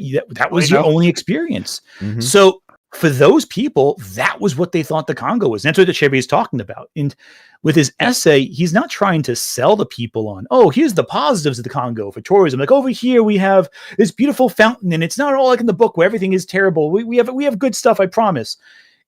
Here is the physical nature of it, everything involved. That's intellectual honesty, saying it's all here. It's not a world of chaos, it's a world of people, societies. Societies can suck, but they can also be great. You know, there's ups and downs, there's human tragedy. And that's the honesty of the text. Yeah. So to go back to Richard Devil's argument, I cut you off. I'm so sorry. Oh, go ahead. No, that's fine. I was gonna say, we can go back to what Ledev said real quick because I think we've kind of got. I think we're all inching towards that gradually as we discuss it. But I was gonna say to bridge the perspectives of it because it kind of is bringing us back to the Ledev thing ultimately and what I said. Well, I feel that what everyone here said even now I don't think is mutually exclusive and can exist in totality. I think that it's completely possible and it's valid if you're a person who is from Africa to look at Heart of Darkness, and if you just told me, oh, this is like not even treating us as human beings, and that, you know, saying that it's not telling your side of the story accurately, I think that's fair. But I feel then the obvious rejoinder, and you know, this is one of those where you as a writer are in a position where you're going to have to decide what you value more. Is, well, I'm choosing to tell the story from a perspective of a British colonist for a very particular reason, and it's why I kind of. As much as I understand the book frames the Congo as what makes people go savage, the reason I find that so again, the reason I've never been partial to that perspective holistically, or like in its entirety anyway, is because I think the book places far more, like, what makes morality ultimately, I think we would all agree, is agency and choice, right? And the book very much frames it, one side, the British in this instance, have a choice, and they are using their moral action to do this shit. Whereas, you know, the people who are under British rule in pretty much every single part of this book, you know, or at least violently abused by them, as much as they're not, you know, you can say they're not characterized and they use the set dressing, but it's still clearly to serve a point of the British colonial enterprise is being incredibly, incredibly amoral with everything they're doing. And I don't think anyone disagrees with that read per se. It's just the reason I take issue with, you know, people highlighting like, and going into historical and historiographic context with everything that was going on at the time around Joseph Conrad, you know, like the Emin Pasha expedition, like I think we were just on the cusp of King Leopold's, you know, everything that he did as well, which included hiring British, you know, let's call a spade, mercenaries for, and often duping them as well, which is quite funny in a horrific, abhorrent kind of way. I just don't really think that there's a lot of support to believe that Conrad's intention was to make them set dressing because he didn't care about them. I think he made them set dressing to kind of get that perspective in people's heads of like, hey, this is how we're looking at these people. This is our perspective, and this is what we're doing. So I disagree on a fundamental element there. I don't think he was thinking at all about how to depict them beyond how it serviced the main character's story. And I think that's the problem. I think the problem is because he was so focused on the British man's perspective of the Congo, he didn't exercise thought in how he could write the surroundings to be its own accurate to life depiction of the Congo. There are ways you can depict a foreign world with rule. Again, Blood Meridian, great example of that. And even Things Fall Apart with how they depict the British. There's an honesty to it, a cold honesty, a brutal honesty to how they depict these people and their internalized cultures. But it does not reduce them of humanity. They still have a human belief. One last thing I'll say, just very quickly, because I'm genuinely interested in this. And no, go for it. This is not a test. This is not like a trick question or anything. But like, how would you respond to the argument of, well, how would Conrad himself be privy to that information, given the time period that he lived in? Well, that's where it gets tricky. I wouldn't know how Conrad could know the truth of the situation. He probably wouldn't. And that's unfortunately a limitation of who Conrad was when he wrote the book, when it was all written. Okay. The problem is there is no easy, like, oh, he should have done research on the Congo and talked to this professor. And go on Wikipedia. What's this problem, right? Yeah. There's no easy. When people give this critique, they're not saying there was an easy answer for Conrad to even know what he didn't know. Like, how do you know what you don't know? But that doesn't change the fact that the book exists. That's where it comes down to. The book exists. Whether Conrad could have written it differently, it's almost incidental. It almost doesn't matter. The book is. What did he intend? Well, he intended to write a book, and that book is here. Yeah. And that might sound intellectual, but like it's also kind of getting to the point of it. Whether or not Conrad intended on writing a book that was focused exclusively on the British perspective or not is incidental. The book exists. And as a result, the book that we have that was promoted in schools and was the biggest depiction of what the Congo was like depicts the Congo as a shadowland of darkness and evil and chaos that maybe even needs British control to maintain order over it because it's so lawless. It's society's the only, the veneer of society is stripped away. We see the underbelly of reality here, so to speak. Yeah. Okay. If you look at it from that perspective, there is no real way Conrad could have written it better, but he still wrote it that way. So it's the paradox. Okay. Yeah, fair enough. Yeah. Sorry, Jack. Go ahead. Yeah. Again, like it sounds as though it might sound. Belgian. I'm so sorry. I've seen people say Belgian. Sorry about that. Sorry. Belgian. Okay. Yeah, it might sound as though like we think Achebe wrote a bad essay. Like I disagree with it, but I don't think it's like where he's coming from is wrong by any means. He's someone whose culture hasn't really been depicted at all in the society he's residing in, and he wants to like make it known that, hey, if you're just relying on Heart of Darkness as representation for like my culture and my people, like that doesn't cut it. Like there should be different stories you should look at and focus on. But like, I want to take a step back there for a second. What don't you agree with the essay? I'm curious because I feel that's a point that's worth discussing too. Because I feel like that's a fundamental component of the discourse around this. Yeah. So would a novel set in like say New York Chinatown or a similar minority community be racist because it didn't mention beyond that community? Like if I write a book about my hometown, like where I grew up, without adequately fleshing out every one of its residents, have I subjugated the town into non-existence? Like to me, like my perspective is, of course, the setting of this, like Heart of Darkness, acts as its background, insofar as that is the nature of a setting. Like it just goes without saying to me. It's not necessarily like saying there's nothing to be found within that culture or the people being depicted. It's just that, hey, this is where the story is. This is this perspective and story from that this particular story specifically is being told. Okay, I'm just trying to make sure I follow correctly before I respond. I don't want to like jump down your throat or anything like that by accident. Yeah. So because I don't want to put words in your mouth either. So if I'm not understanding this correctly, just correct me. So you're saying that again, there is no objectively correct answer. This is not something where there is one answer. Art's complex. Mm-hmm. Are you comparing the specifics of not detailing a setting with fully, like not totally fleshing out an area, with depicting an entire populace of a nation as the shadow to a white man's id or whatever, his perspective, animus, whatever.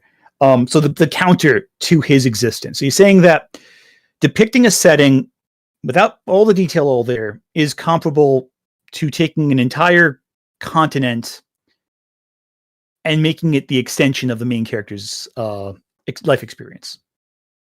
I would say it's in the context of Heart of Darkness, he's as well as critiquing colonization, he's critiquing civilization, right? So Right. That's yeah, that's so not. I it's think good, we're getting. I but think we're getting away from the question here. I'm yeah, just asking very specific. I know. I know you. I got you yeah. saying. Like, we discussed that before.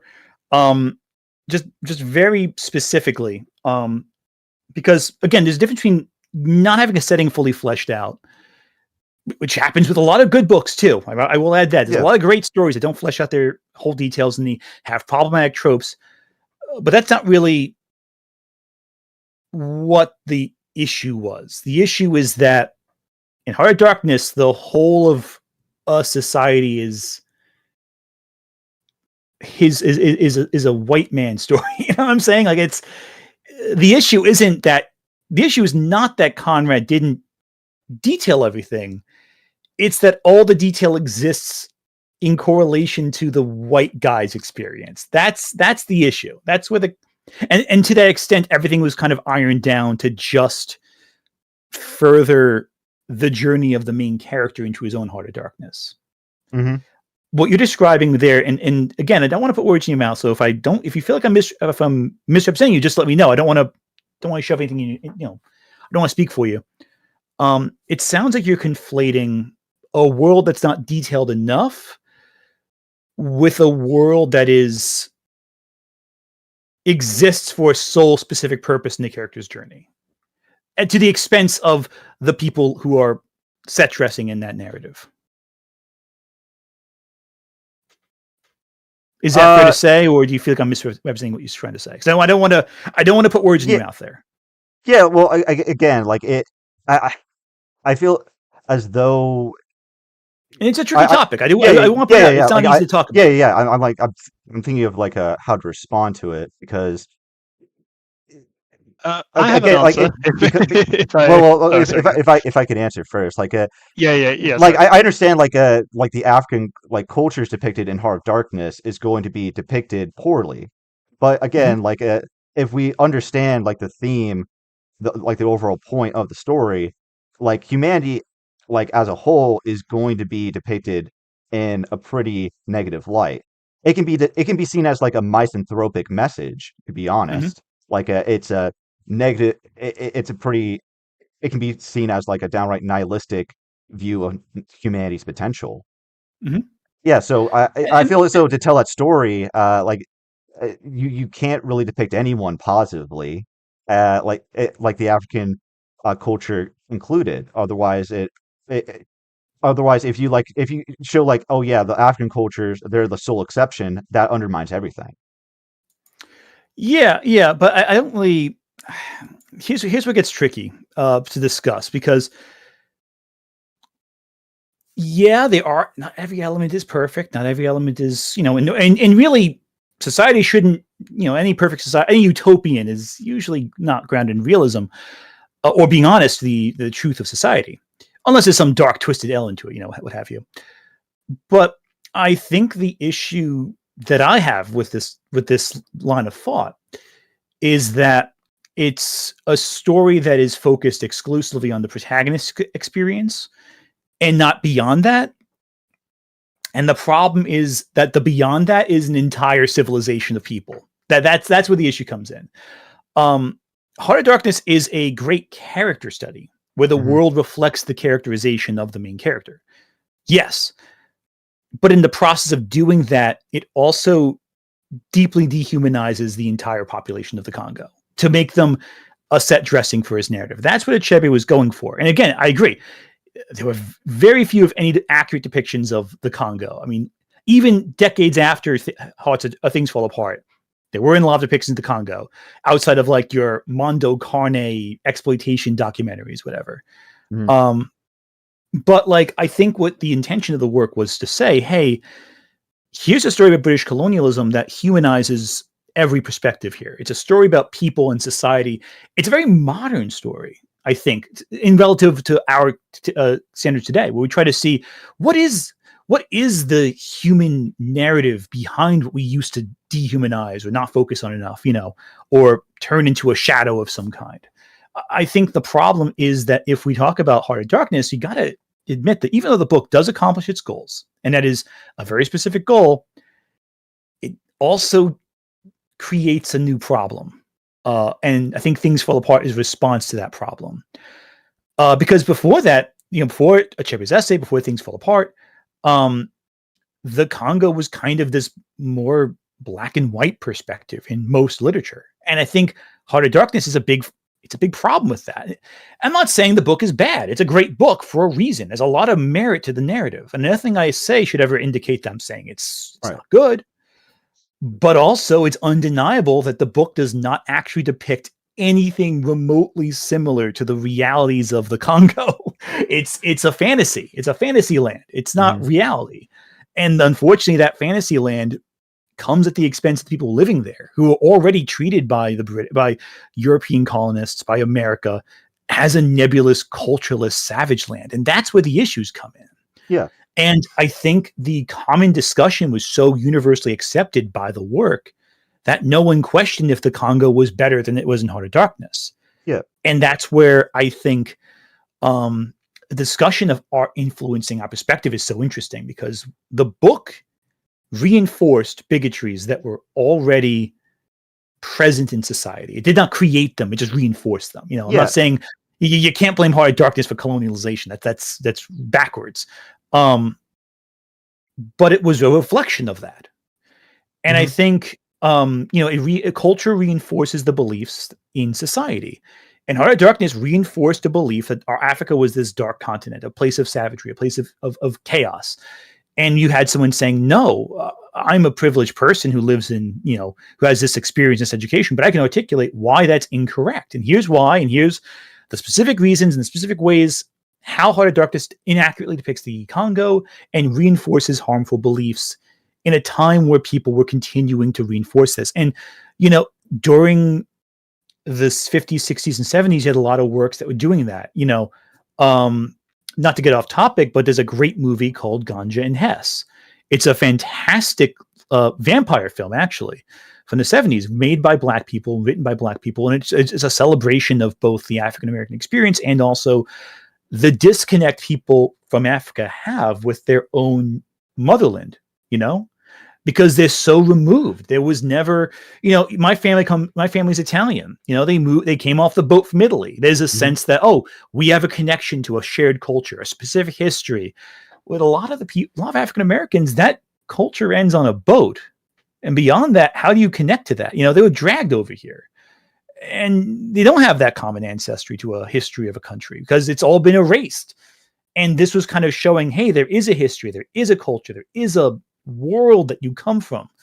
And here's this rich culture and this amazing history.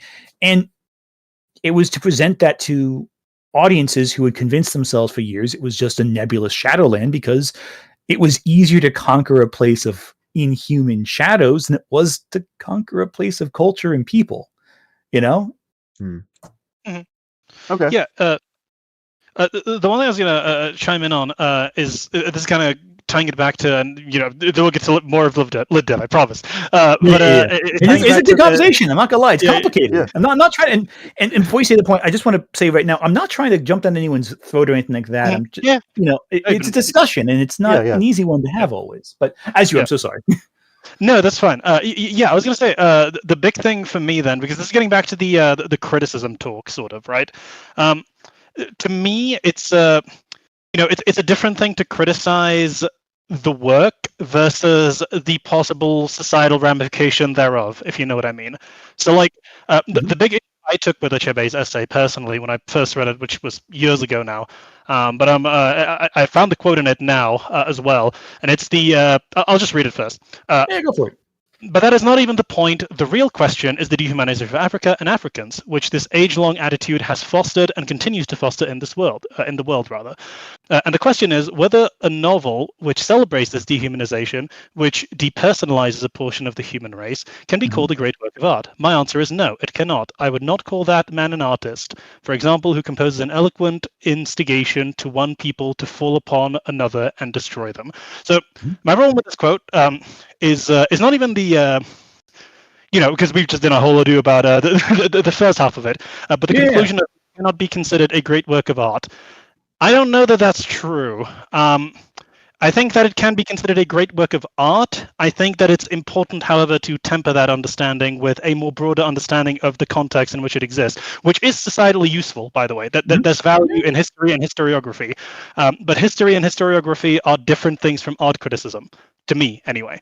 So that's fair. That's fair. And again, I want to point out also that's his perspective. That is a fair, and also given his perspective, I think it's a fair thing to say. I also think that the connotation of what it means to be a great work of art is different now than it was then too. Because for a work to be great, it was inassailable. More importantly, sorry to cut you off, but I was going to say even more importantly, with the with regards to Achebe's, I would argue harshness here. It's worth considering this was written at a time where Achebe had no idea, and he would have no way of knowing, sans the powers of divination, to know that there was going to be a thing called the internet in 50, 70 years' time that is going to allow literally anyone to get to contact, reach out, get information from actual scholars from Africa about Africa, and get a plethora of information about that. So the situation would have been far more hopeless to him then than I'm sure it would be, hypothetically, if it was now. You know what I mean? Yeah, so, and that's fair too. No, and that's fair too. Is the only avenue of information, and here's what gets tricky. Great art was seen as inassailable. The classics were carved of marble. You couldn't criticize them because they were perfect. Why would you ever criticize something that's perfect? What Achebe is doing here is saying, no, these are not inassailable. These are not beyond criticism. We should criticize them. We should re-examine art. And I think that this essay was a major milestone in the movement to criticize even the great works. Yeah. Because what that does is we say, no, nothing is beyond criticism. Yeah. And Achebe should be offended. If I was in his shoes, which I'm not because I'm a white pasty man from New Jersey, and not, Achebe, he's coming from a time where his, the entire black population's being, segregated, they're being oppressed violently. He grew up with that. He saw that, and it's all over the world, and books like this, The Heart of Darkness, it reinforces that. So yeah, if I was in his shoes, I'd be fucking pissed too. I think it's important to remember that, we're talking about a time, yet now a lot of people have more rights. It's not even. There's still a lot of progress to go, in my perspective. A lot of things are not good, but it was arguably worse then. Arguably, some might say otherwise, but that's a discussion for another conversation. Well, yeah. And in certain parts of Africa, it was, in the middle of great reformation in terms of government structure, because people were left kind of stranded. People were discovering themselves, even because of the influence of colonialism.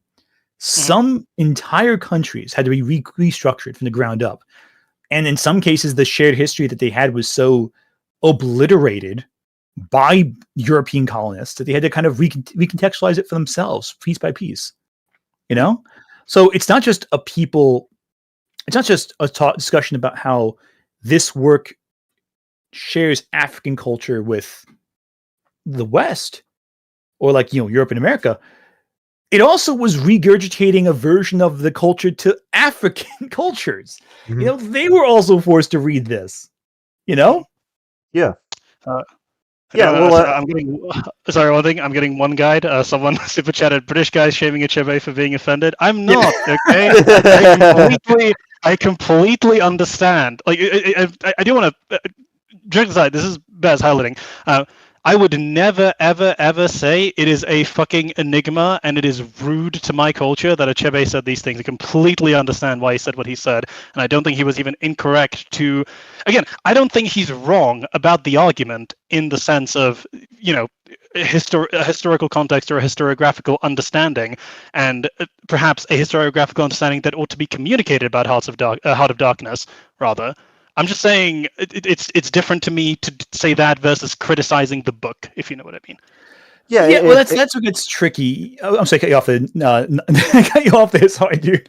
No, yeah, it's all right. And if I could just go off of Jan, I think it's a good thing that that Achebe ultimately wrote the essays, like even if I disagree with his takeaway on Hearts of Darkness, because again, like for a product of his time, there was no like representation or like really accurate accurate view of African cultures at the time, uh, outside of stories like Heart of Darkness.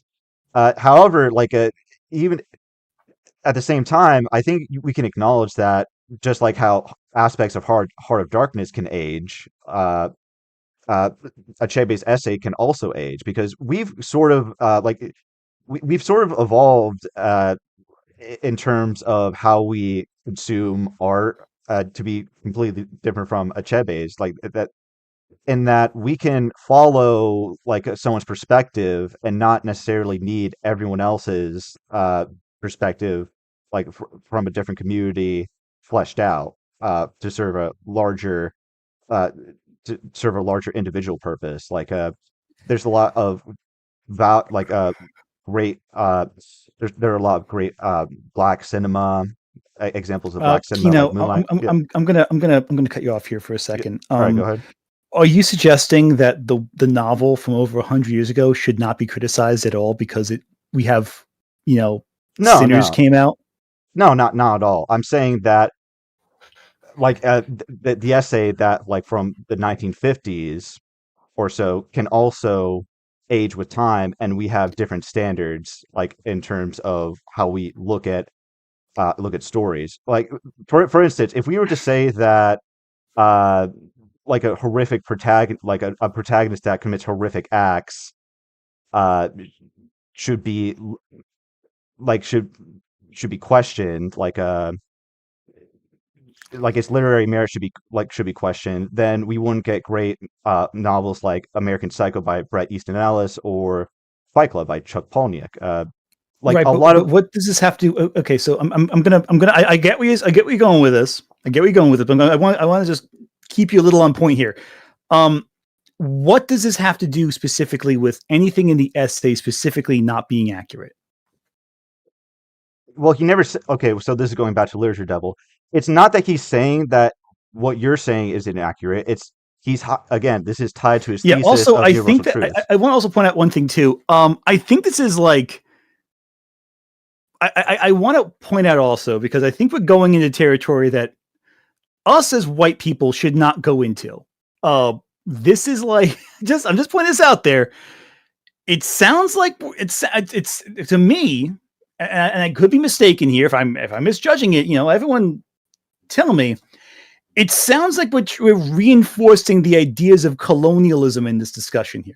I wouldn't say that's what I was saying. I would say that I was reinforcing your idea that there shouldn't be such a thing as sacred cows. And even if you are going to critique colonialism, you can critique the critique, like and say, okay, you could make a better point. That's all I'm saying. Okay. That's fair. And again, there are no sacred cows. I agree. We have a different perspective on that, now than we did back in like the 50s and 60s. I just felt like for a second there we were veering into territory that I felt a little bit like we were arguing that it was okay that Heart of Darkness had this depiction of people that was dehumanizing. Yeah. I think it's worth being careful with the language there, only because you don't want to say something unintentional. Yeah, of course. Like so, Yeah. something I think I think we people should keep in mind when it comes to discussing like racial topics where where we specifically like are like economically, like socially, etc. Like if I were black, like I'm not black, I'm white, like I would imagine like my perspective on a number of issues would be different, not necessarily because of like because historically there has been like a lot of things that affected the black community like specifically, and not the white community specifically, like that's just obvious. Mm-hmm. Mm-hmm. Yeah. Okay, so I want to get us on track a little bit though, because I feel like we're veering into abstracts here. Yeah. What specifically in the essay do you disagree with on a case by case basis of what Achebe says about Heart of Darkness versus how Literature Devil interprets what he says of Heart of Darkness? Just because I want to make sure we're on track here, because I feel we're veering off into that uncertain territory where we're conflating a couple different things that don't really apply to the situation all that Yeah, much. well, as I said, Yeah. as I said earlier, uh er, in a section of Literature Dell's video that wasn't shown in your video, he said Mhm. like specifically I'm going to respond to like parts of Ant's video, not necessarily because I disagree with them, but because I can add on to them.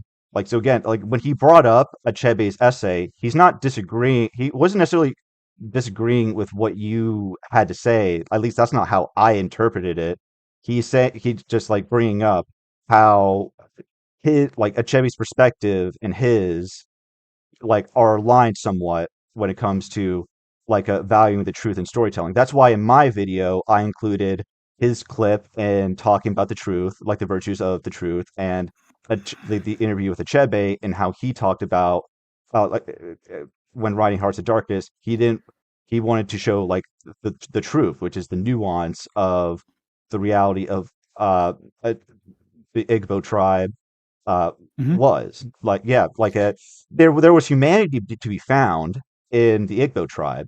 There is everywhere, every Mhm. human culture, and but he also wanted to show like the good and the bad. Like there were he wanted to he also, and on top of showing the humanity, he also wanted to criticize the traditions he saw or he viewed as uh well, like unproductive, how women were treated, like how children were killed, etc.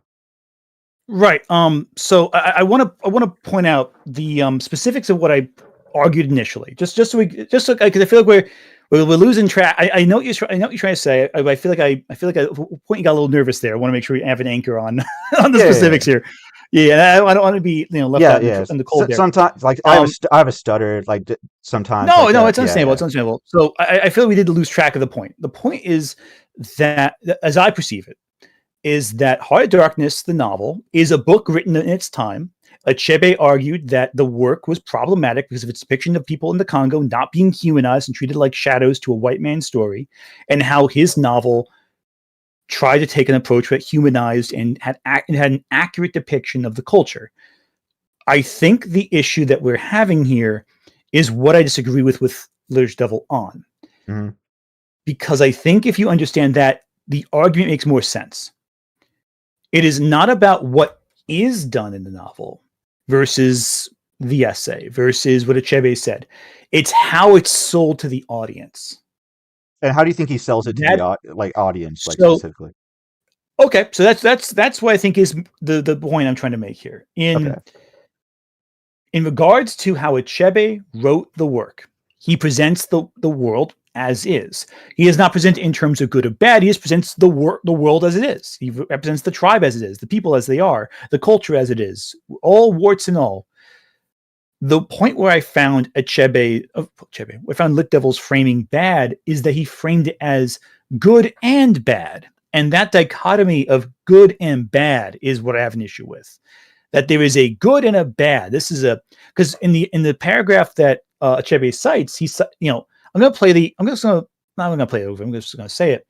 Um, the idea of it is that Achebe was going to sell Europeans and Americans on the merits of the Congo, but he realized that given all the injustices in society, that would be pointless. It's better to speak a harsh truth. Here is the reality. Here is the blunt reality, as opposed to, oh, here's the good and here's the bad. Because the way that frames it is though, it's almost as though Achebe is conceding to degrees with Hard Darkness said that there's some Shadowland and scary stuff you're used to, but it's also we got muffins on the weekends, something like that. Where it's like it kiddifies it. Whereas a harder truth that's harder to swallow is here's the blunt reality of life. It's not a matter of, oh, this is good and this is bad. It's just this is real. And that speaks to the honesty point that I think Lit Devil was pointing out. But I feel his structure of and presentation of the idea reduced the reality of it. It took away from the reality of it. Yeah. It took us away from discussing a world of gray and put it into a world of black and white. That's where I feel Lit Devil's discussion stumbles, in my perspective. It kind of gets in its own way in that sense, in my perspective. Okay. You may think differently, but I feel like how Lit Devil framed it was reductive and avoided and kind of took away. Even the clip you showed in your video of Achebe in that interview, I thought was the opposite of what Lit Devil's framing of it was. Because the framing of it is, this is an effective perspective of the world. Whereas how Lit Devil framed it, this is a world with good and bad in it. Which I think is reductive in my perspective. Well, if I could like say something like to quickly respond to that, because Jan wants to also say something. Like I don't think like Lit Devil was saying that it's balanced, but if like there's a balance like equal, like 50% good, 50% bad. I think he's just saying if you're going to touch upon a serious like issue, you should like be as accurate as you can, which is not being 100% bad or 100% good. I think also this conversation is going into some like bioessentialist discussion that might be regrettable. I think we should stop. I think we should change gears. Okay, well, fine. Like, I'll just let Jan have the last say on this specific topic, since we can move on. Like, I personally don't see how it's like moving towards that, but it like we could go about the conversation how you want. Yeah, I'm a little worried. And the reason I'm saying that is because I don't want to make it so that I'm trying to find the right words for this, because I'm a little worried the discussion is going to veer into like discussions of what the actual real life Congo is. And we've been veering on that tightrope a little bit so far. I'm a little worried that someone's going to say something that's more about, I see. No, I know what you mean. I think I'm worried about the tightrope. You tripping on the tightrope at some point. I'm so sorry, but no, anyway. That's fine. I mean, I'm completely. If we're taking things fall apart at at its in regards to what the book actually is, right? I would describe certainly that as like like honest storytelling, so to speak. And I don't think anyone would take issue with that point. The thing I was going to go in on regarding Lit Dev is if you want to, I actually think if you want to say that you didn't like the framing or the language that he employed, that's like, I mean, I don't think that I can argue you out of that, because that's ultimately that's how we all receive what other people are trying to say. So I don't, if you felt that was like a bad way to say it, that's fair. I feel the necessary rejoinder to that though is that's one way to look at it. The way that I looked at it was he was saying Achebe's objective was to obviously assail and combat in the strongest possible ways the dehumanizing effect Heart of Darkness had on the perception of Africa and African culture, but in the same token, he didn't want to bullshit you, obviously, right? Yeah. He wanted to be, he wanted to be, and you take issue with the framing of, well, he wanted to present the good and the bad, which again, if that's like a framing that you disagree with, that's fair. But I would just say, well, yeah, he was depicting reality, and reality is good and bad in nature often, right? It tends to exist in shades of gray. At least if we're talking about like the lived experience holistically, we're all going to have some good, some bad. Cultures are going to have some good, some bad, broadly speaking, again, without getting too much into like, I'm not a social scientist. I'm not a professional historian or anything. Yeah, but, I mean, I'm not a historian either. I'm just an enthusiast. yeah, exactly. I say I'm a hobbyist in that respect. So like with and Achebe would, to be clear as well, because some people are getting a bit persnickety about this in chat. Jack and I, or Kino and I, are completely, again, want to restate this clear for the third time for the camera. I'm completely open, and I have not a shadow of a doubt in my mind that Achebe knows infinitely more about the Congo than I, Joseph Conrad, and like Kino put together. Mm-hmm. If Joseph Conrad was reanimated right now, he knows way more about that than us. So I have absolutely no reason to doubt his account whatsoever in terms of how he depicted things in Things Fall Apart. It's just about, again, like getting to the nature of media criticism. I would just draw a distinction between criticizing a film and criticizing the context and what the film did. not to get into any like extreme examples, right? I saw someone brought up Birth of a Nation, that's where I'm kind of going off of too. I was kind of eyeing some of the conversations in chat. Yeah, it's the other issue too is that whenever you're dealing with older work in general that deals with the topic of different ethnicities, you're gonna get into racist. Horrible racist. Trust me, I'm reading the Robert E. Howard short stories for Conan currently. Oh God, those are again fascinating works, but they are really racist. Depends. Yeah, it's listen. There's some there's some that are like, okay, yeah, this is pretty good, and even like he's for his time certainly he's being a little bit forward thinking here. And then you read Veil of Lost Woman, and you're like, oh, okay, what the fuck? It's did you ever read his what was his other? Not Solomon Kane. It might have been Solomon Kane. His other outside of Conan, those works. Those are some of the languages. Some of the language is shocking. Yeah. And then you made a movie about it. We have this time, of course. But still, I'm not familiar. Stunning. I'm not familiar with them, so I can't comment. I've wanted to do a video on Conan for a while, but I just feel like it's one of those things where, Cole is even worse. Cole's way worse. Yeah, that's true. That's when Chapman Cole is way worse. That's the most extreme one in terms of his racist beliefs. Yeah. What about Red Sonja? Like Sonja is actually a much more modern character. She isn't. It was as far as I'm aware, she's not in the original short stories. She's not even a part of it. I think she's a Marvel character. I think. Yeah. I know. It's her and obviously Baylit stuck around because she's like a pretty kind of the Black Ghost is such a famous one. It's been adapted many times. But yeah, Red Sonja is a more new one. I don't think she's one of his characters at all, actually. But I was going to say, yes, it's one of those things where I would.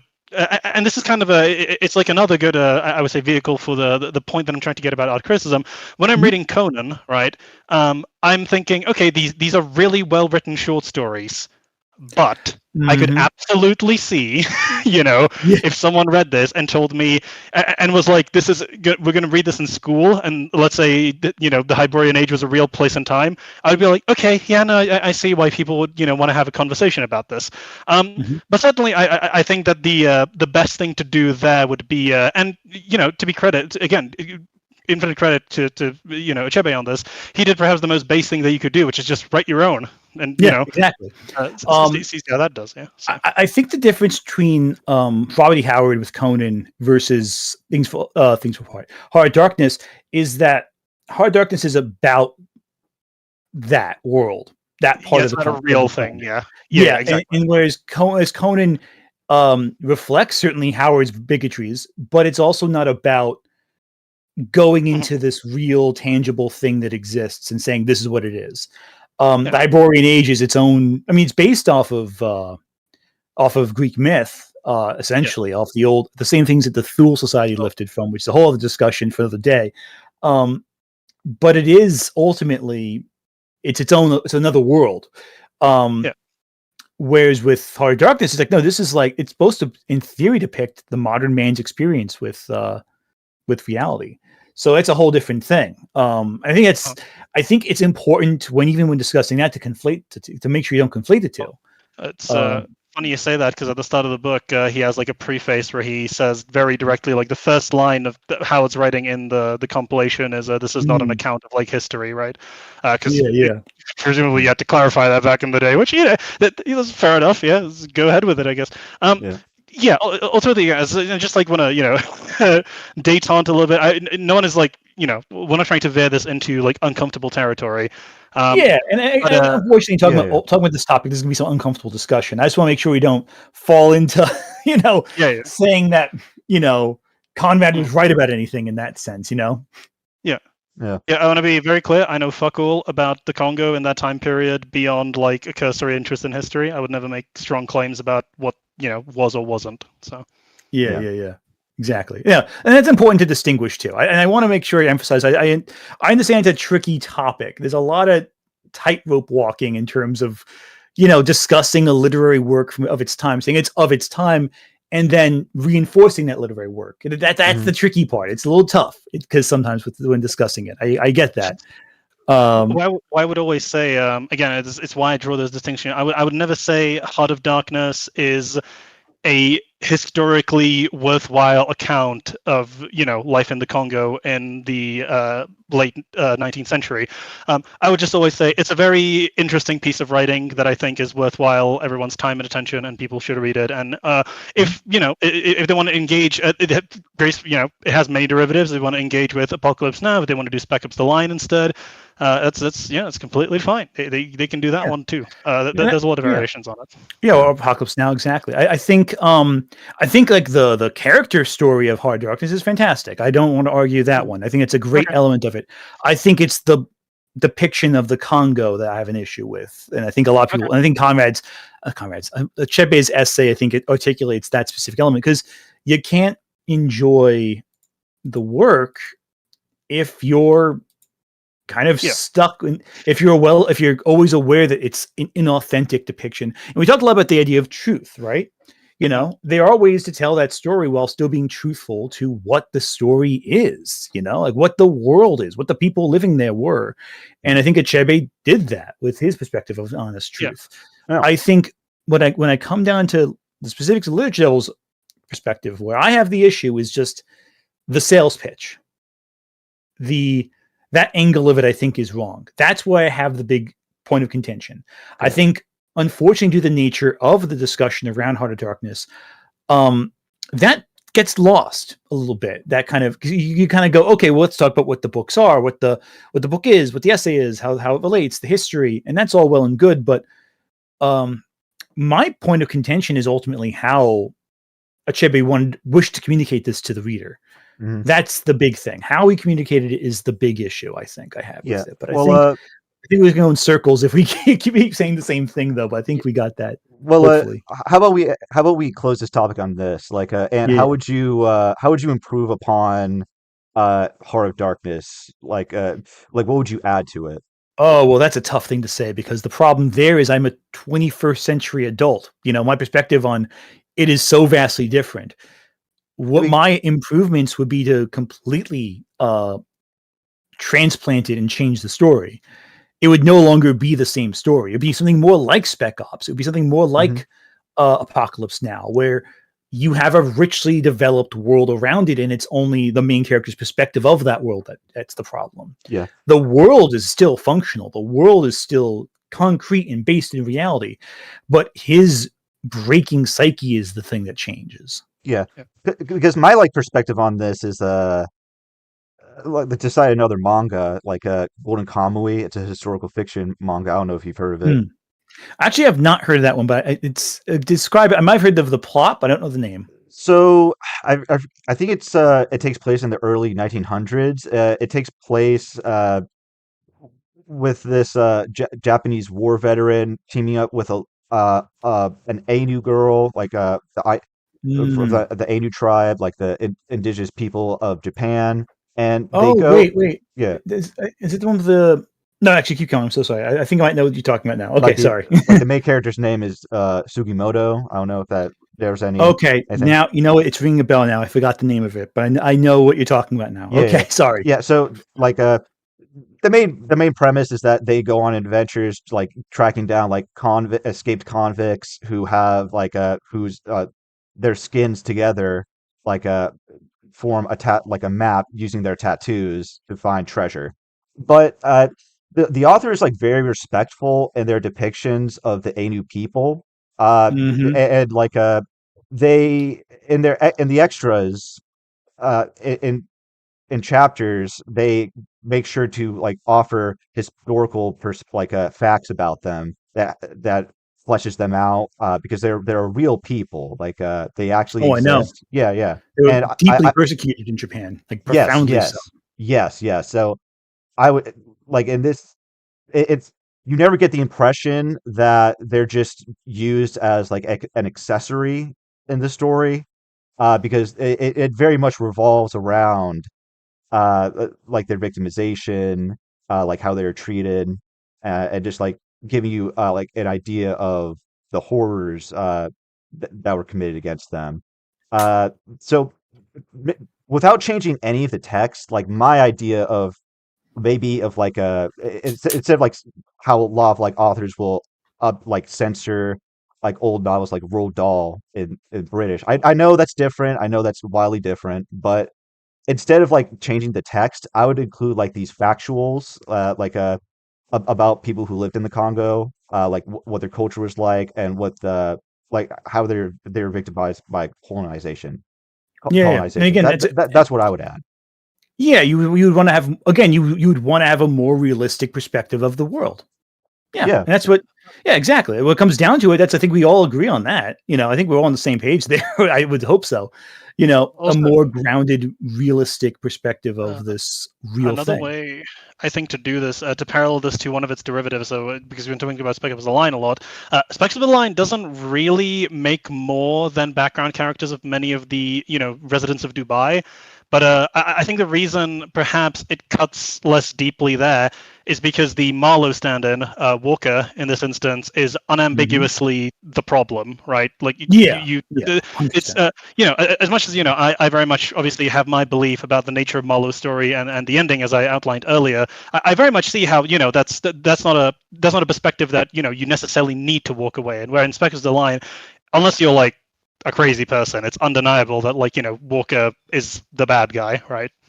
Exactly. Yeah. Exactly. Yeah, Okay, but so I think we're just going in circles with this one. yeah, think you just want to move on since we like exhausted this specific topic. I think we're just finding new ways to articulate the exact same thing 5 times. Yeah, if I'm being totally honest with you. Yeah, that's fair. That's fair. There's no one guilty There's party. many different ways to articulate the same point. Yeah, no, Okay, I agree. okay. Yeah. Well, there's no one guilty party. We're all doing it, but we're saying the same thing over and over again.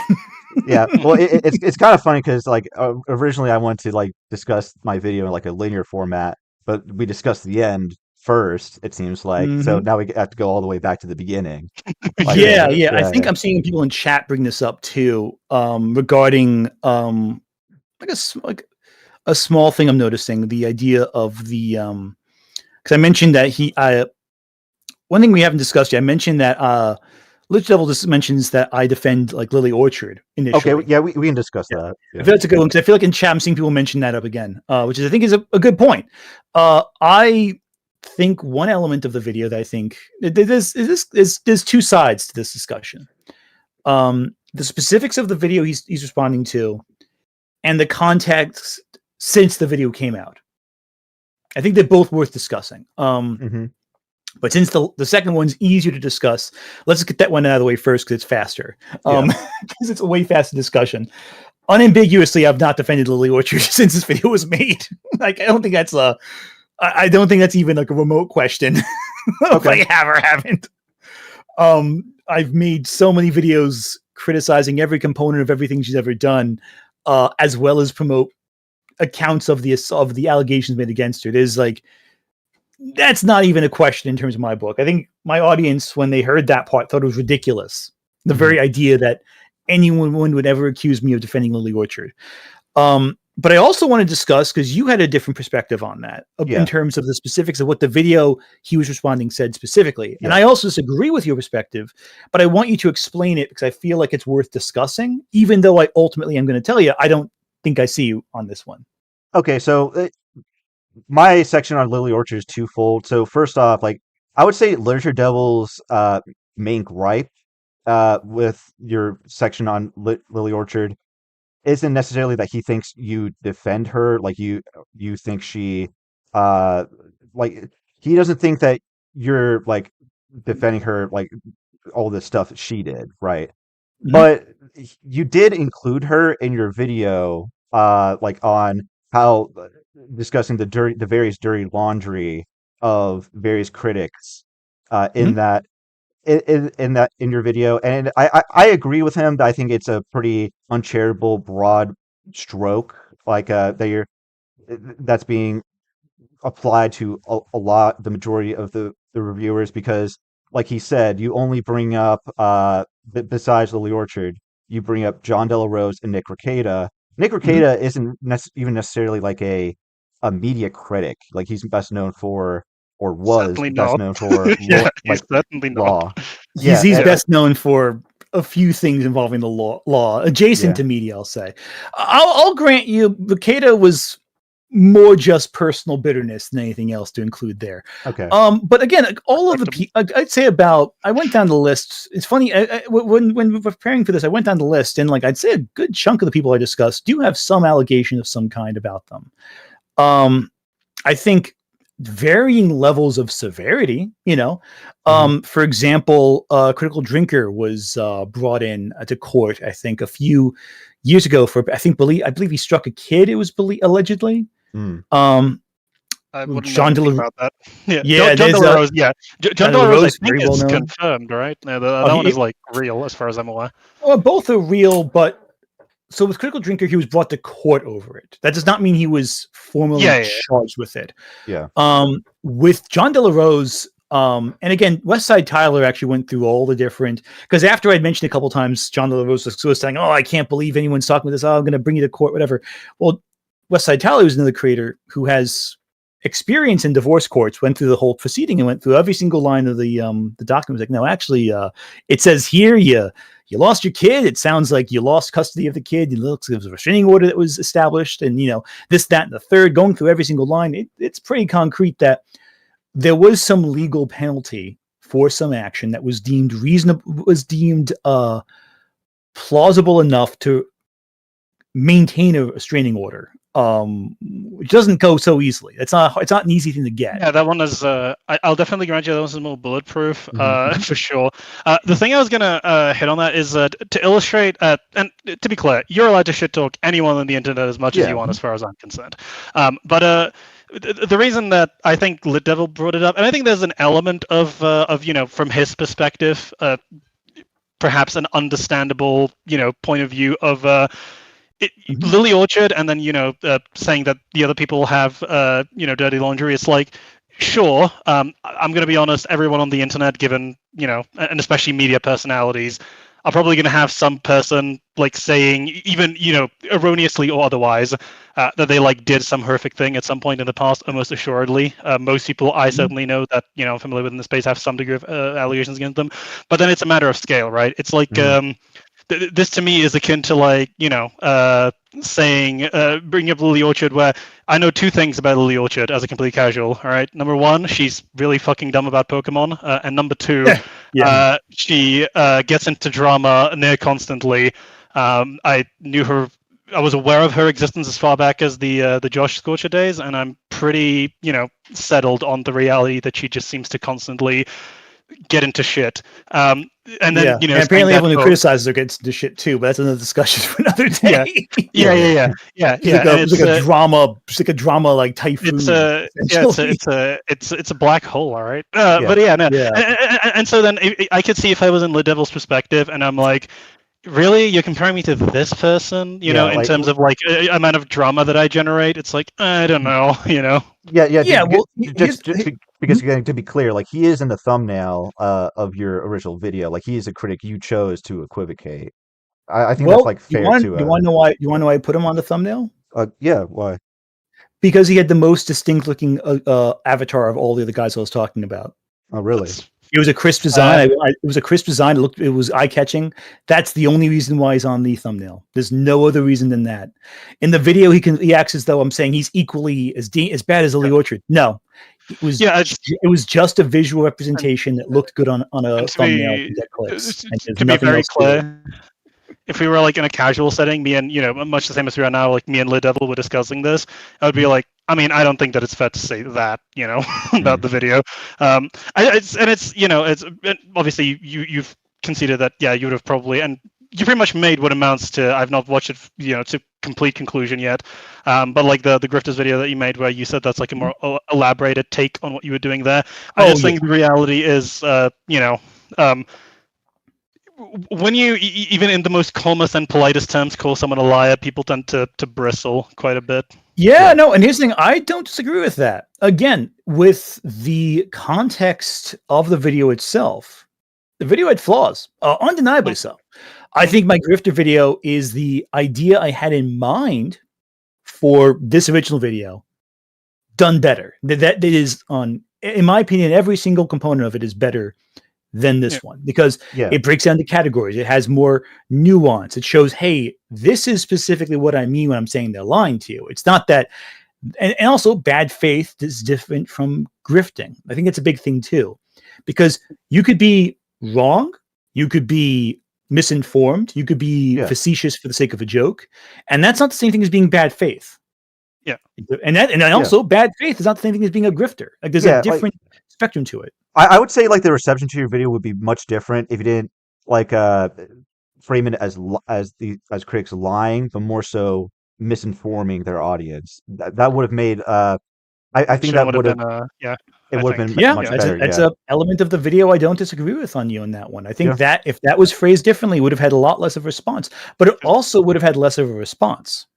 That's the catch to me too, and that's ultimately the problem with this algorithm, which sucks. That's the part that sucks. I agree.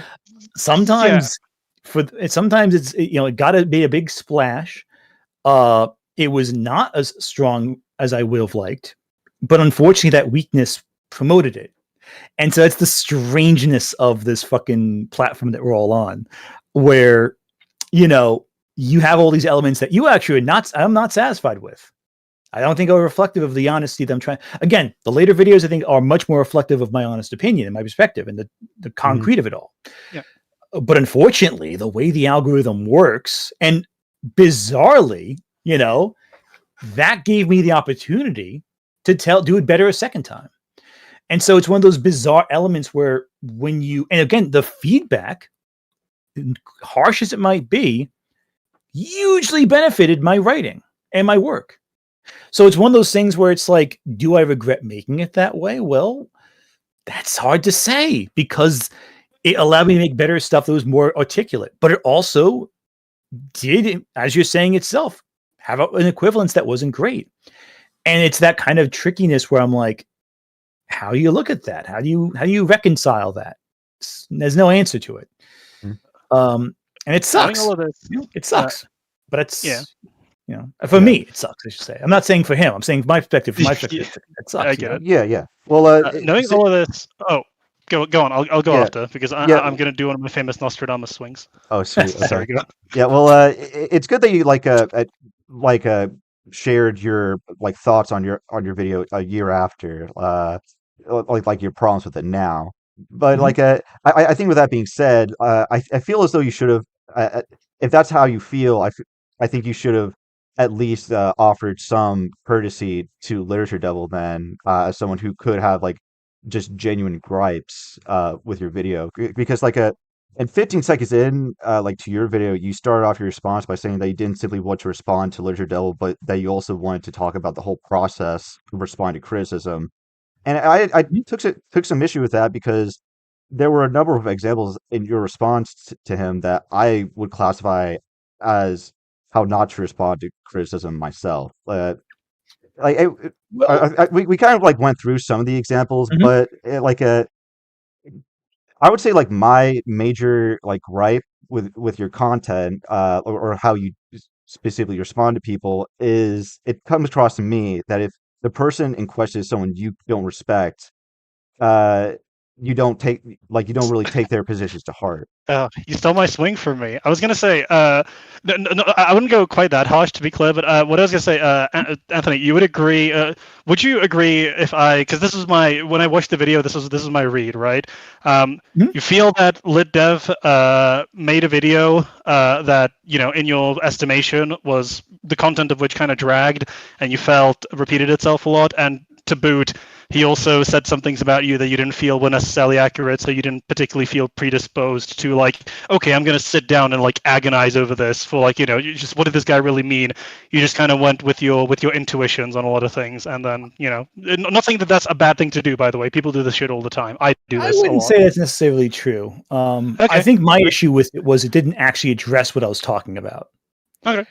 I felt my big issue was a response doesn't have to be nice. It could be harsh. It could be blunt. I don't dish out what I can't take, in my opinion. I don't say anything to anyone that I myself couldn't hear myself someone say to me. I think that's the only way to do it. People, I think, who are too sensitive. A lot of people are too sensitive to criticism who love to dish it out, and that's not. And I think it's unfair to everyone else. I think that I told him the same thing I would tell myself if I saw the same video. That his points just weren't clearly focused on a singular thing. The thing that offended me the most about his video isn't that he was mean to me. That's incidental. I don't care about that. It wasn't that it was necessarily long either. Long is fine. I made longer videos than this. Mm-hmm. The problem was the focus. That's what pissed me off.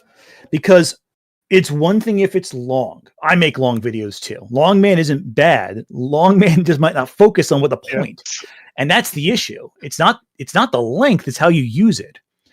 You have so much time in a video to make a message, right? You have so much time.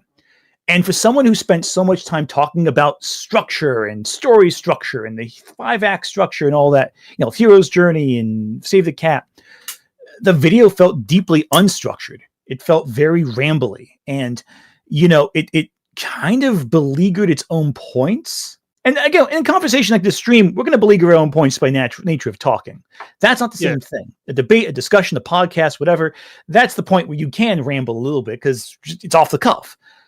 Mm-hmm. But in a scripted, edited video, you need to focus. You need to hone in on the ideas. You need to get to the counter and to say simply, "Oh, I'm responding to you. I'm not disagreeing. I'm just moving in a direction with this." Because you mentioned before that you said that he wasn't really necessarily disagreeing with my point of about Hearts of Darkness. He was just extrapolating. I'm like, okay, well, what's the value in that? What are you trying to say? How is it a response? Because again, the core thesis is that I do not appreciate the mechanics of artwork, right? That I don't understand or value the mechanics that go into a creation of a work, and therefore cannot truly understand its process. How does anything he said further his thesis, and how does anything he say actually contradict what I said? Because in that context, you need to contradict what I'm talking about, because you have to prove me the incompetent one. But if all you're doing is just making side points alongside what I said, you're not really showing I don't understand it. That's my issue with it. If you're going to criticize me, you got to deconstruct what I'm talking about. You got to go, okay, this asshole said this, here's why he's wrong, here's why I'm right, very direct. Otherwise, it's like, and like he gets to it later, like 50 minutes in, but like even those points I thought weren't effective. It just bothered me how much I was waiting to hear like, okay, here's the point where he finally tells me what I did wrong, and I can like get some gleaming of meaning from this that's valuable. And instead, it just felt like it was a rambling sort of. It just didn't. It didn't make me sound wrong, and that annoyed me because I liked what we've been doing so far. I've enjoyed that. It's a back and forth. We're going, okay, well, here's your point. Oh, here's my point in response, and we're engaging. We're going back and forth.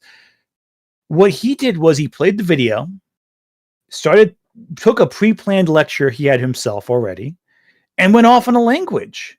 I'm reading the chat while speaking. I'm sorry. Went off on a tangent. Went off on language. That's what happens. You glance at chat, you see the words on it. It's terrible. Language. Went off on a tangent, and it didn't really connect ever to what I was talking about. The part about, for example, the whole thing, the whole 10-minute spiel on the X-Men. I'm like, I just showed an out of context clip. Granted, the criticism there is, was this clip have to do with your point? Why is this Eric July clip here? That's the response. Like, what value does this have? This is stupid. Why is it there? That's the response.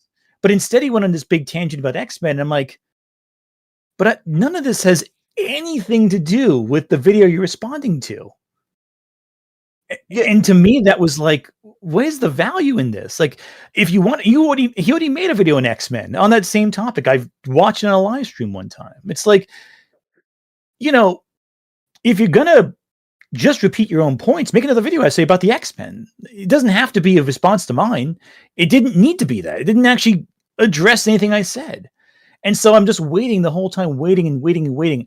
And I wrote like pages of notes. And I realized after finishing the video, like most of these notes are worthless because none of them apply to what I'm talking about. None of them apply to what we're talking about here.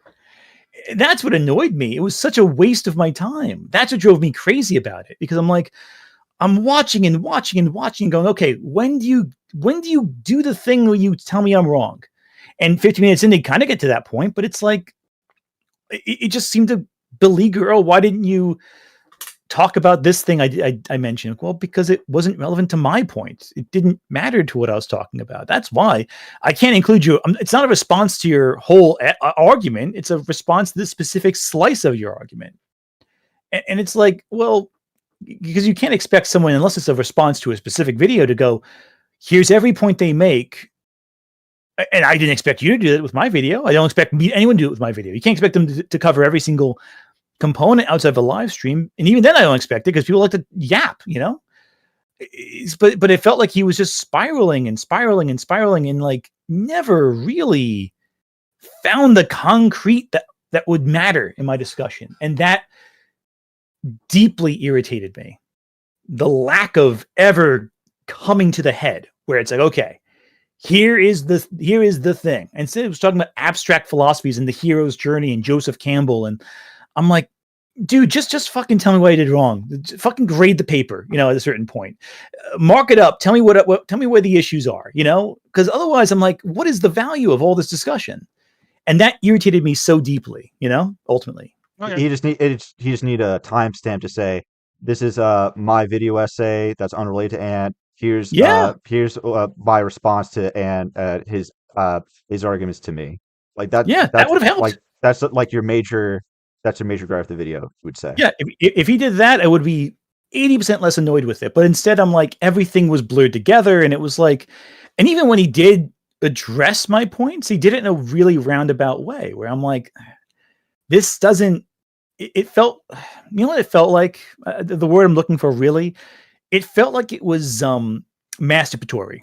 Is the word I'm ultimately thinking of. It felt like a lot of it did. A lot of it felt like he was just wanking himself off and making himself a bigger deal. Oh, no. And I'm like really, you just. And I don't want to sound like gross or anything like that, but I'm like, come on, man, just stop getting in your own way. Stop interrupting yourself. Well, you could make a better argument. Yeah, well, if I could just give my honest perceptions on it, you could have just the way I see it, you have every right to not care about that portion of the video, but you can also consciously choose to not address it at all and just address the points that are directly addressing you. Yeah, I could.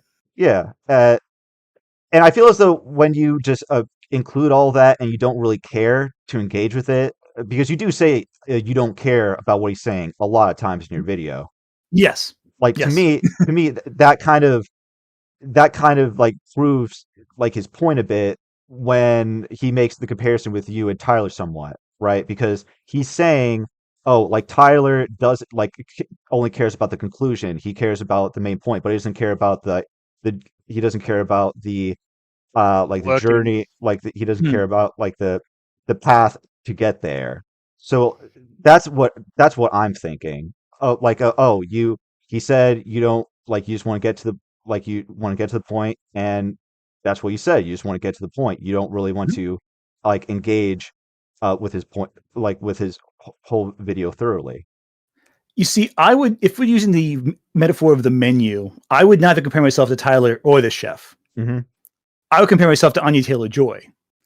I would too. I just want a good burger. I don't care about this pretentious bullshit.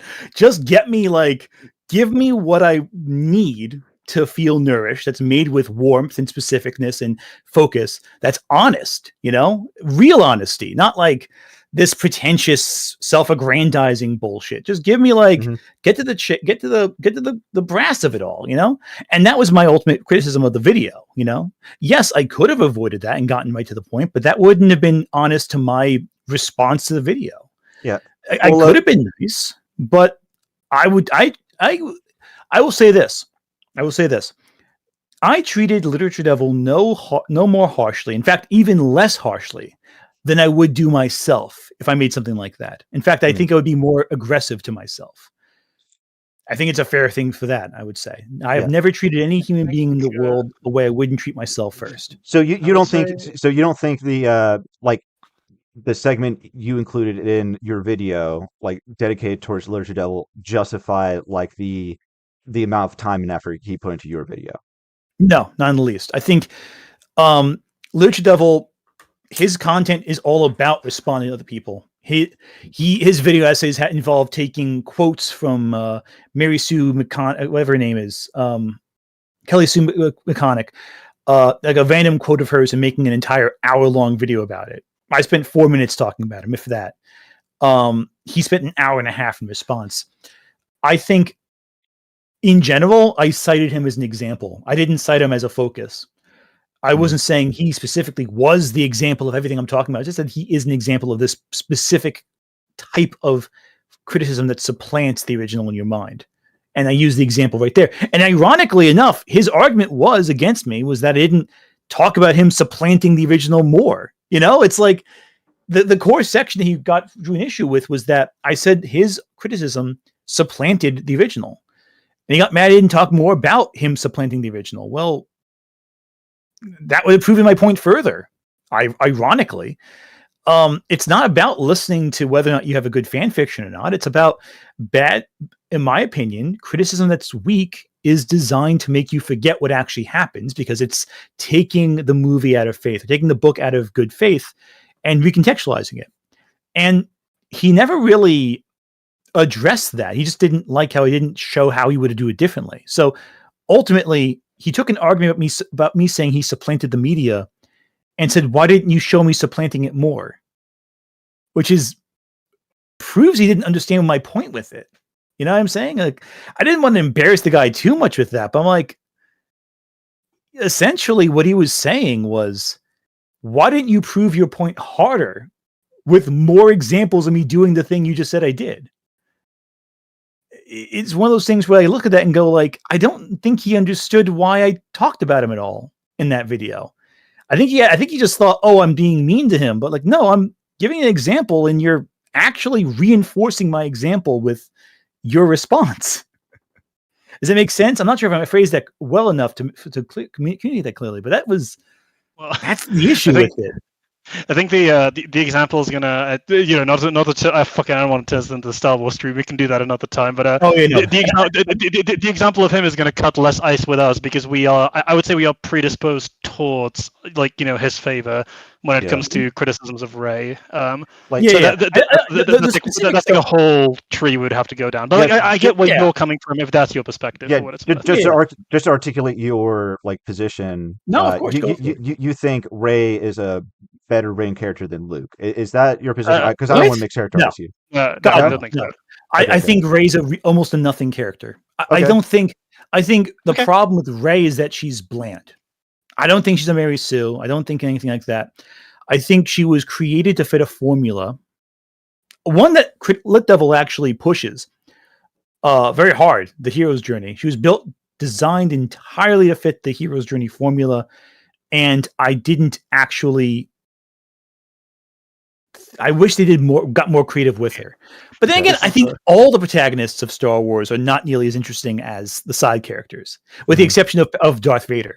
And even then, Anakin, I think, is only interesting in the Clone Wars, Revenge of the Sith, and obviously the main timeline. The original, during the Empire. Yeah. I think none of these characters. I think none of the protagonists are particularly interesting compared to Han Solo or Chewie or Leia or Luke is fine, but he's not. I really like him in the first two, but I do think it's always worth whenever people say like, oh, I find it funny because I've had the conversation with them. I was like, oh, you're not a real Star Wars fan with a certain someone, but it's like, I guess I'm not. I think there's two good ones of the lot, in terms of what I would consider actually really good movies. Yeah, and even looking at the sequel trilogy, you got Finn, who's a stormtrooper who's breaking through your conditioning. You got Poe, who's like an elite pilot and also has a history with dealing drugs or whatever. And then you have Rey, who's there. Yeah. She's there. Mm-hmm. It's like of all the three characters, two of them have so much more interesting elements. It's in Star Wars, the main character is always the weakest link. In my opinion, I think that's the one where I'm like, okay, come on, let's look at the cool Wookiee. That's way more interesting. The world building. Yeah, I think the Gulp Shittos are way more interesting than your main heroes in all Star Wars. And it's not just Rey. It's all of them, collectively. So wait. Go ahead. Would you say that would you say that the main problem with the sequel trilogy was like J.J. Abrams setting up the mystery box storytelling only to completely shit the bed when he actually had to deliver? You know what? There's a few problems with the sequel trilogy. Yeah. I go into it in my last Jedi. I go into it with my Last Jedi video more of my specific issues, but to make it concise, because I know for a fact if I got you on Star Wars, you're not going to shut up about it for the next 5 hours. So I'm going to keep it concise that's fair, to focus the point. I think the big issue with the sequel trilogy is it was a follow-up to the prequels. Everything comes from that because the prequels were so creative, but ultimately so unrewarding, I think is the best way of putting it. I think I've said this before a few times, sequels are a great idea told poorly. I found sequels, the prequels are a great idea told poorly. I'm sorry. And the sequels are an all right idea told flashily. You know what I'm saying? It's like, it's all a lot of sound and fury. It signifies nothing. I think Last Jedi is the most interesting because it has the most to say. But what is Force Awakens saying? It's saying Star Wars is back, and here's more Star Wars. What does Rise of Skywalker say to the audience? It's like, Star Wars is wrapping up, and now we got to finish it. But it's not really saying anything about life, about dealing with failure, about following your dreams and pursuits. It's not really about anything. Last Jedi is about something. That's why it's the most interesting one to discuss. That's why even if you hate the sequel trilogy, the only one you talk about really is the Last Jedi. 100%. Because there's stuff to talk about with it. And in my opinion, an interesting failure is vastly better than a boring success. And I think my biggest issue with the Force Awakens is it's a boring success. It does exactly what J.J. Abrams wanted to accomplish with it. But the problem is his ambition was just to make Star Wars come back again. And that's not enough. It's not enough like a decade on to feel excited about it. He was just following formula. And that's what irritates me the most about Lich Devil's insistence that we have to follow the hero's journey. You have to follow the formula. The formula is what I think is the biggest weakness of The Force Awakens. It's not Rey being a Mary Sue, because I don't think that's the case. I think the problem is it just didn't do anything really exciting. Well, so I would this will be the final Star Wars, I promise. But sure.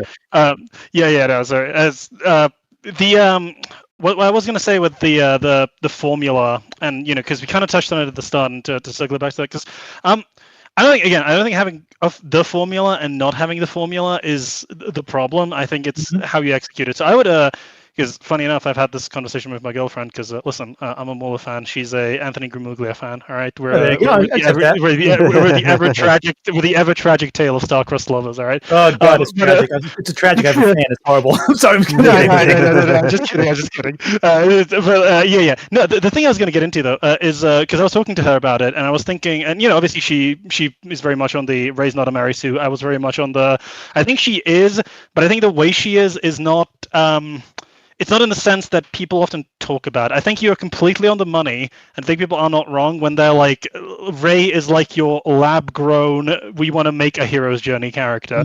But the problem is the discipline isn't behind her, and it's also, the nature of that story is we need to up the stakes, up the spectacle, we need to really be bombastic in both Force Awakens and TROS, and to an extent, I would say to an extent TLJ as well, but I would agree TLJ has more, in a sense, substance, like you described. There's certainly more of a stronger thematic through line there, at the very least. And it's like, so Rey has to be hyper accelerated on a hero's journey because we're doing 3 characters from the get-go. We're not so really slowly establishing them.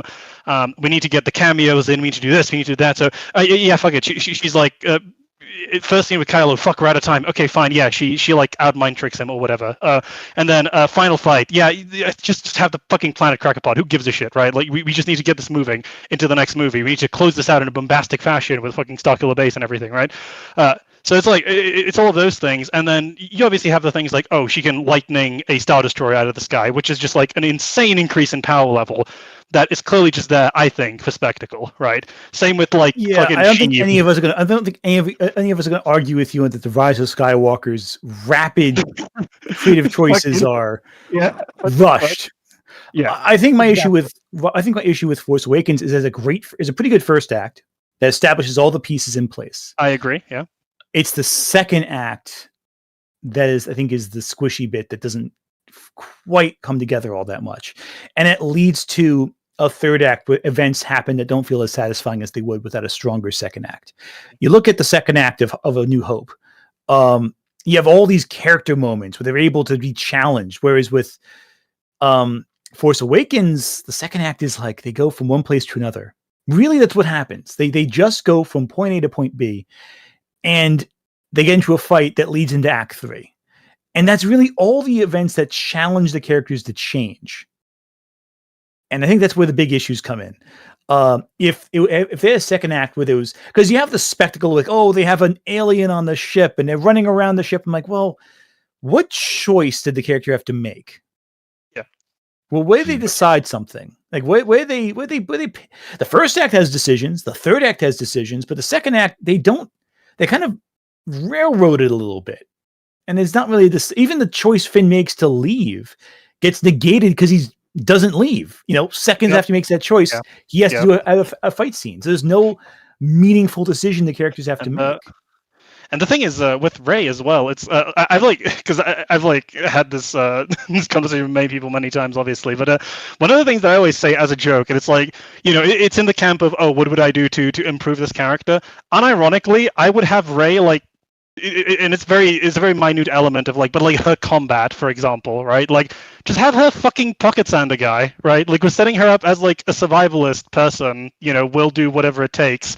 So have her fight dirty, have her do shit like that. But she's just it's very clear they wanted her to be, again, like Luke version 1.5, in terms of the arc. I think with my interpretation of Rey that I've mentioned a few times, she lives on a desert planet. She's trained to fight in the streets, basically. Mm-hmm. It would have been better if her style was dirty. If she had a dirty fighting style. Exactly. Where she's where she has pocket sand, or she's slamming elbows in people's faces. That's why Lit Devil's approach to no, give her a mentor and give her all these formal stuff. No, make her scrappier. Make her more rough. Have her have a freaking hidden knife in her pocket or something that she stabs someone with. Make her grungier, Make her dirty and crass even. That'd be more interesting. And in return, she can be distrustful of people as she's reliant on her own personal abilities. That's it develops an arc of her becoming friends with the cast that would eventually become her friends. The payoff in TLJ of your parents were no one, I actually don't hate that payoff in concept. It's just everything henceforth leading up to it. Yeah. That was I love that idea. I think it's a great idea. It's really cool. It's a really cool idea. Yeah, I think Star Wars fans were. That's the most devastating answer a character can hear. That you don't matter. You never mattered. Why are you even bothering to try? It's the most devastating thing a character can hear, and it forces them to totally reevaluate, and it forces them to make choices. Again, Last Jedi, you can say whatever you want about it. The movie forced the characters to make decisions that move the plot along. The weakest part of the story is the railroading section in the casino. That's the weakest link, because it's the choices are made for them, and they're just kind of going through the motions.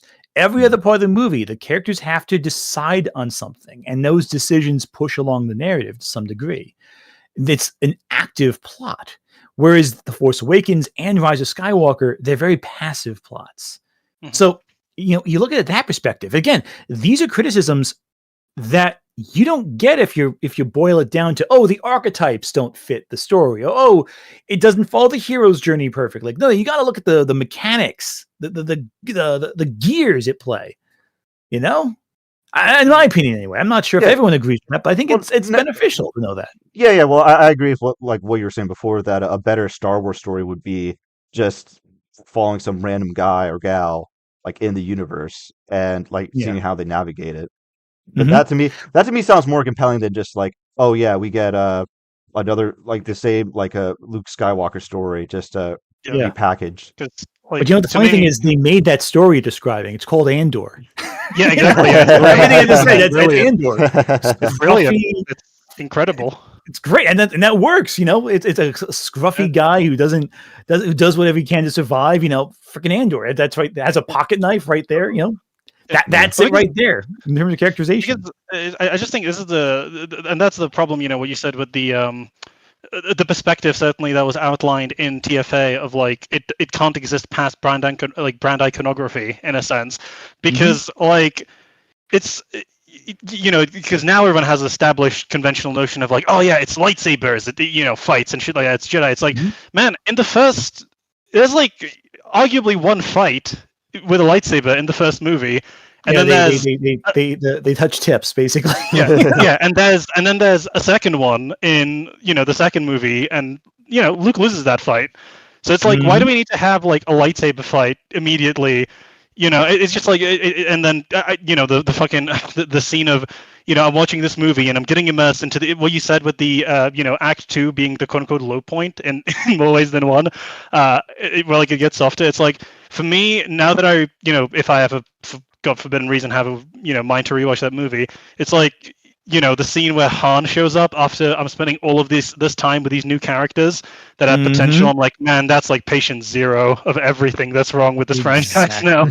I think the problem is it was too safe until it wasn't safe, and then it got too safe again. That's the big issue. I think whenever I hear Literature Devil talk about Star Wars, it's just adhering to formula more, and I'm like, yeah, but let's look to see what specific elements took you out of the film, like scene by scene by scene. Let's not say like it has to follow some mythical, nebulous structure, because people in chat were talking before about writing scripts following the structure of Save the Cat, following the hero's journey more loyally, and it just results in more sameness, more safeness. I want to see them challenged a little more personally.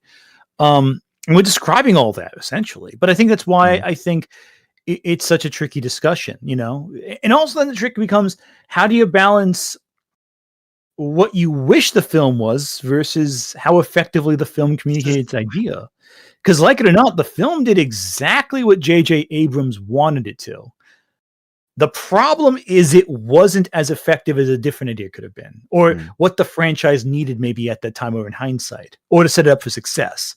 But it was exactly the film J.J. Abrams wanted to make, perfectly adhering to his vision.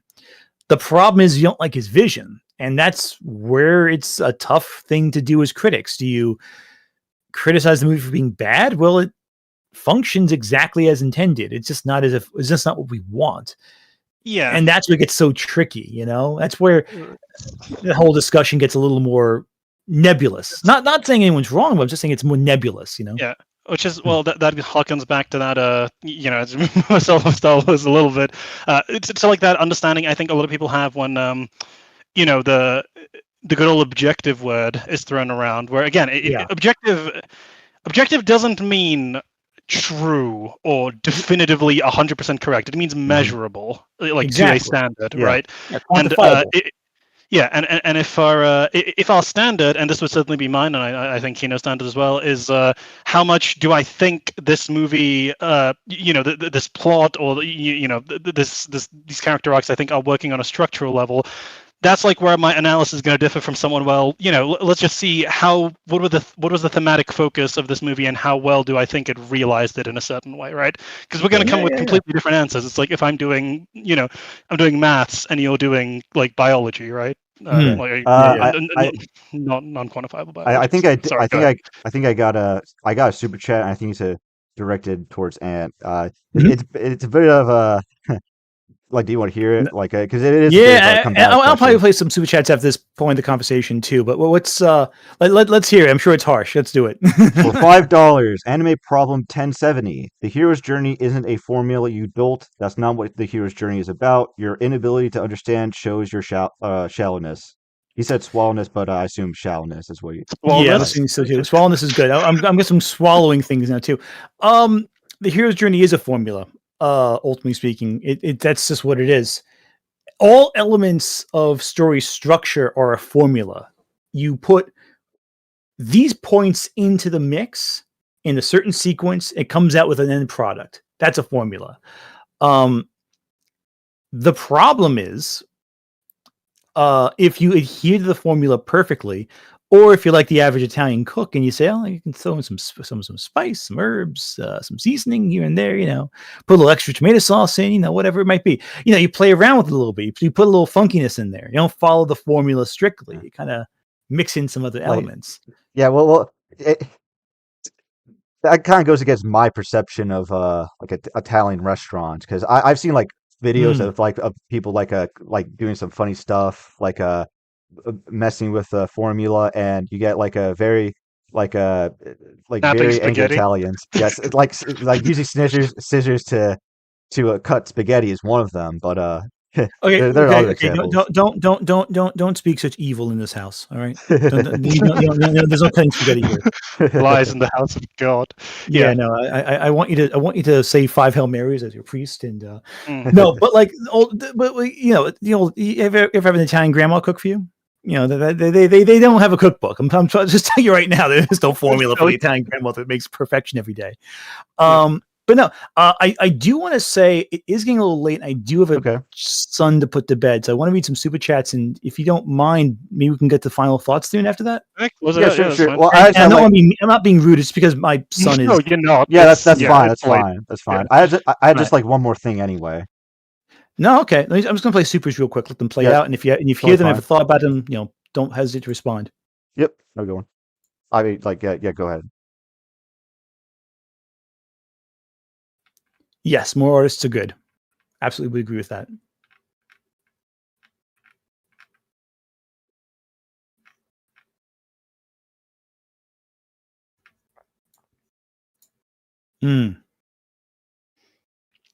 That's very true. Apolitical art is always political. It disagrees with your politics typically.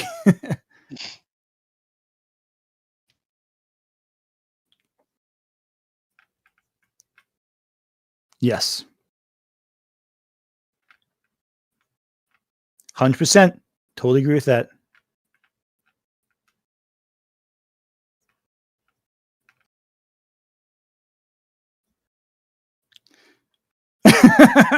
Sorry for that. But yeah.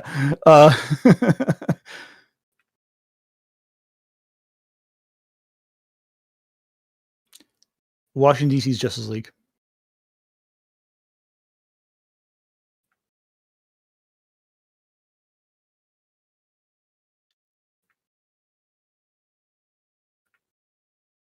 $100%. 100% agree with that. Does not at all.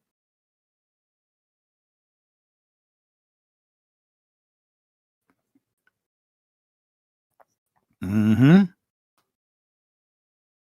Yep. 100% agree with that. That's completely correct, I think.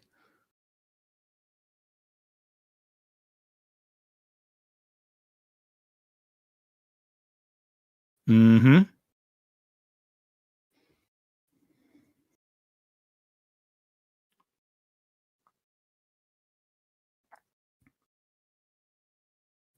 Exactly. That was my big issue with his video. Well, one of them anyway.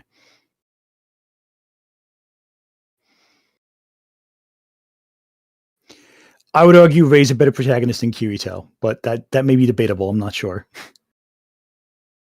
I'm inclined to agree, but that's Yeah. like, low standards. Yeah. Yes, exactly. Yep. That's the big issue there. Oh, and Kyla has the best sequel for Star Wars pitch.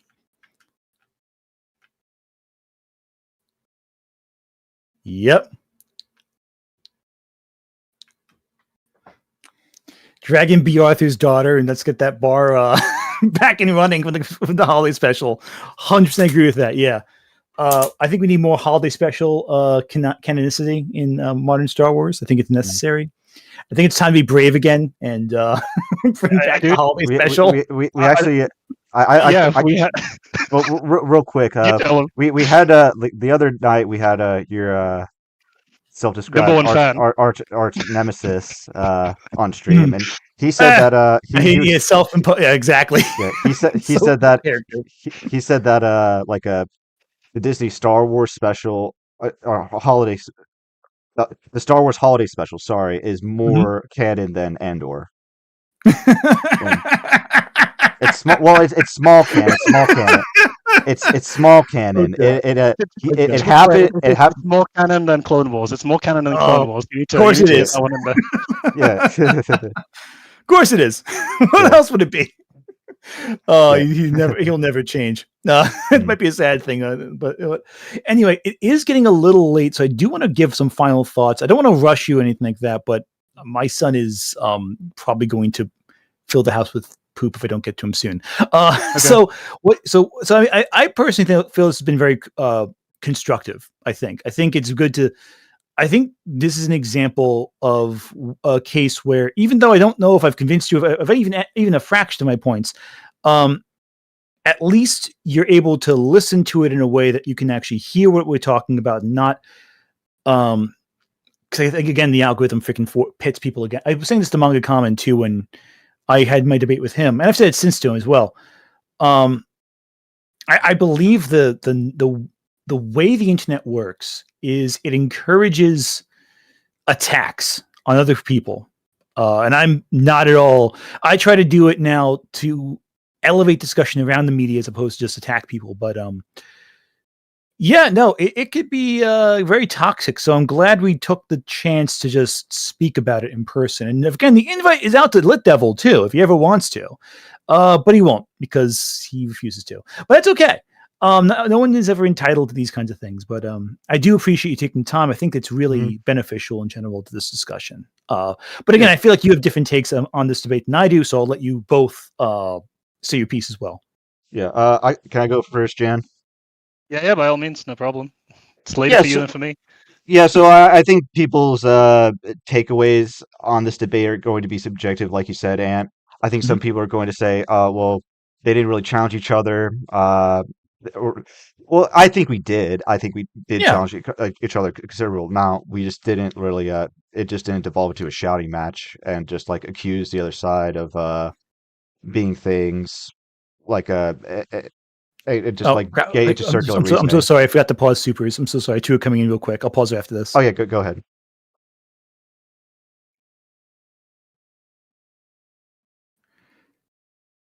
Yes, 100% agree with that. They're all underwritten. It's a problem. All right, are you good now? Once I'm going to pause after this. Okay, go ahead.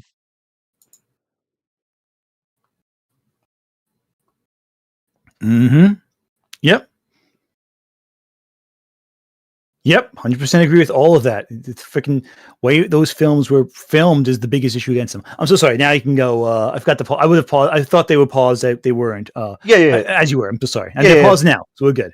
No interruptions. Yeah, no problem. Like I said before this debate, I wanted to keep it respectful. I wanted to keep it civil. I didn't want us to be at each other's throats, and I think I kept my word. I still don't like. I don't think Ant really convinced me about a lot of his positions, but I do think he has shown that he is a bit more self-reflective than I originally thought with his video.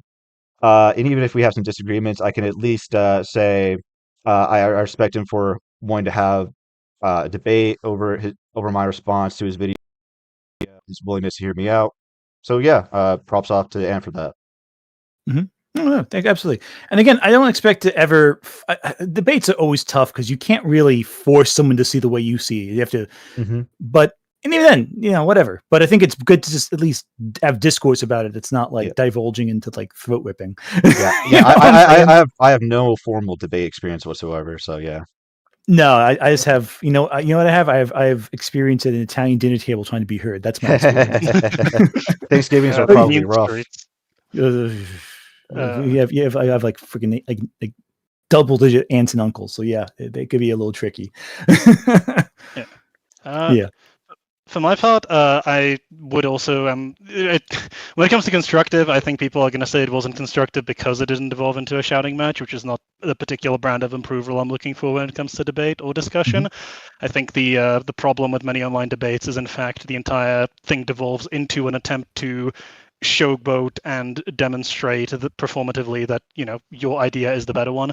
I think it's much more productive to have conversations like this, where I think both sides try to listen to understand, and even if we didn't do the initial, even if we didn't go through the actual video, which I mean, there was a fair bit of jabs there. I'm not gonna shy away. I've made jabs about you in the past myself, but like ultimately, it's good to know all of your positions, have them fleshed out like this, and I certainly do think that you are. I certainly believe the self-criticism part, if you're able to take stock of your work as you did with that initial video, and reflect and improve upon it in future, which I think is valuable. And my only hope is that I don't know, I said something valuable over the course of this, I suppose. No, I say you certainly have. Again, like the thing ultimately is, I think with debate, the question is who are you trying to convince? The audience, most likely, not each other, but also B, I think it's better to have like a more civil discussion than the freaking like, I don't know. I personally find like, what was the one debate? Yeah. I don't want to distract too much. I do have to take care of my son. Neglectful father of the year, clearly. Yeah. But like, I think back to the was the Act Man Andy Pants gaming debate. Like the whole, what actually did they even discuss? Like, really think about it. Like, what? Like the whole thing was, I mean, granted, like the Act Man did the whole did his whole thing, but like neither of them really said anything of merit. They just had personal insults. It's like, okay, well, what's the value in that? Is that really your A game you bring into a discussion? Like, you're not going to engage with the ideas. He's going to freaking, I don't know. To me, I find that more frustrating than anything else. The way that it's often described is listening to argue versus listening to understand. Equally, I don't suppose, and I never really thought the point of this exercise really was to for you to convince me about Rey Skywalker, or whatever. No. I think it's more just seeing eye to eye. Present perspectives and understand which is in and of itself, I would describe that because I was having this conversation with Kino a few days back in reference to honest storytelling, and my description was the way to assure honest storytelling is to try to have a firm understanding of why people hold positions that you don't necessarily yourself hold. And I think that for the purpose of something like that, I think conversations like this are very valuable, and I think that's more productive than trying to shout over people in the Bloodsports gladiatorial internet arena, right? Oh yeah, exactly. And besides, if you really want Bloodsports, that's what my video uploads are for, not formal debates. Nothing else. It's so funny because unironically, when I first was watching your videos, I was like, oh, this guy's kind of an asshole. And then randomly, I think is when we were watching your response to Shadiversity, which you streamed, and I was like, wait, this guy's like normal. It's very funny how that works out. People have different responses to different things. I try to be very straightforward and focused, but in general, I don't enjoy making people upset. I'd say what I say, and I'll be blunt about it. Again, New Jersey, it's a very different place than the rest of the world, where I like to think people from New Jersey are kind, but doesn't mean we're nice. You know what I mean? Like, kindness and niceness are two different things. But I think it reflects in my personality, I think. But again, I don't know. I don't know if it means anything. I'm just spitballing there.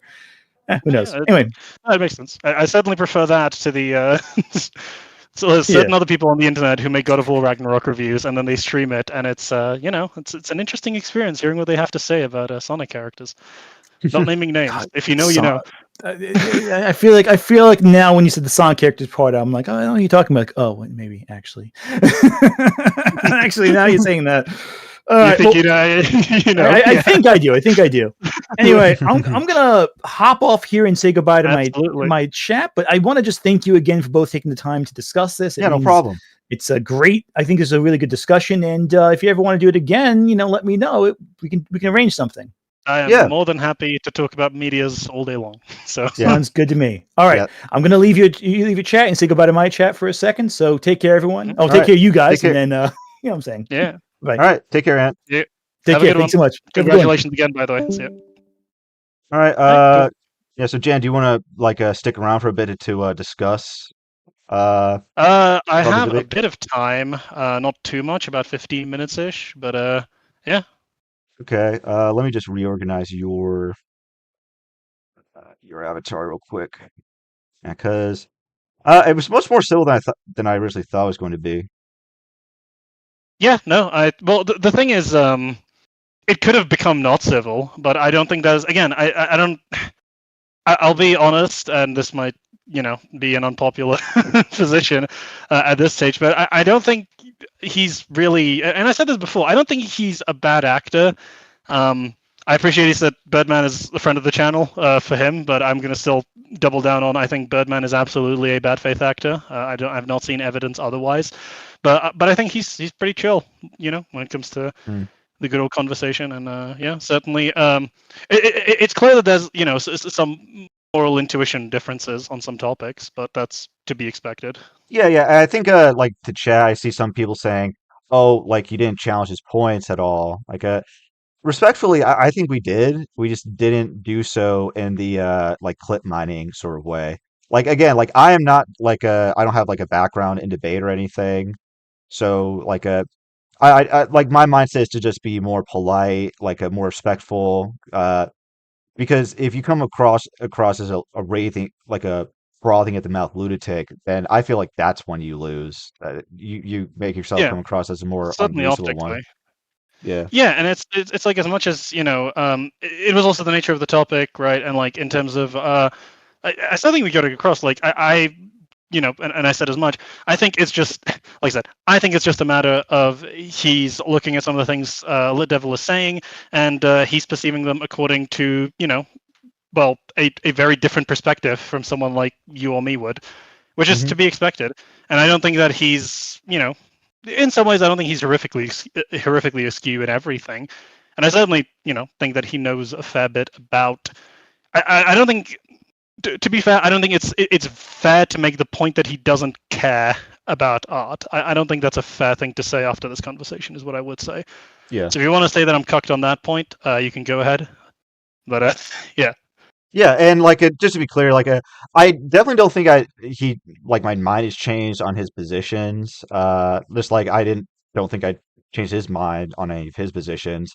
So maybe like sometime, maybe I'll probably respond to his videos again in the future. But I'll try to be like less hyperbolic because now I know the guy. That means like hey, like he's willing to talk about it. So that comes with that that association comes with it what it does. And yeah, yeah, like yeah. and the big sticking point that I do want to, and again, people can whatever give no ground British guy. Listen. We gave ground to the Americans back in the day. All right, what can I do? Um, but no, it's look. Ultimately, uh, whatever else he is someone who agreed to have this conversation. He hosted it, I would say, for his part in a respectful manner. Um, sometimes, obviously the implication around like the Congo stuff. Yeah, if his particular political leanings, that it wouldn't surprise me that would be an uncomfortable subject. And in some Yeah. ways he's right. Yeah, we're not experts on the Congo, right?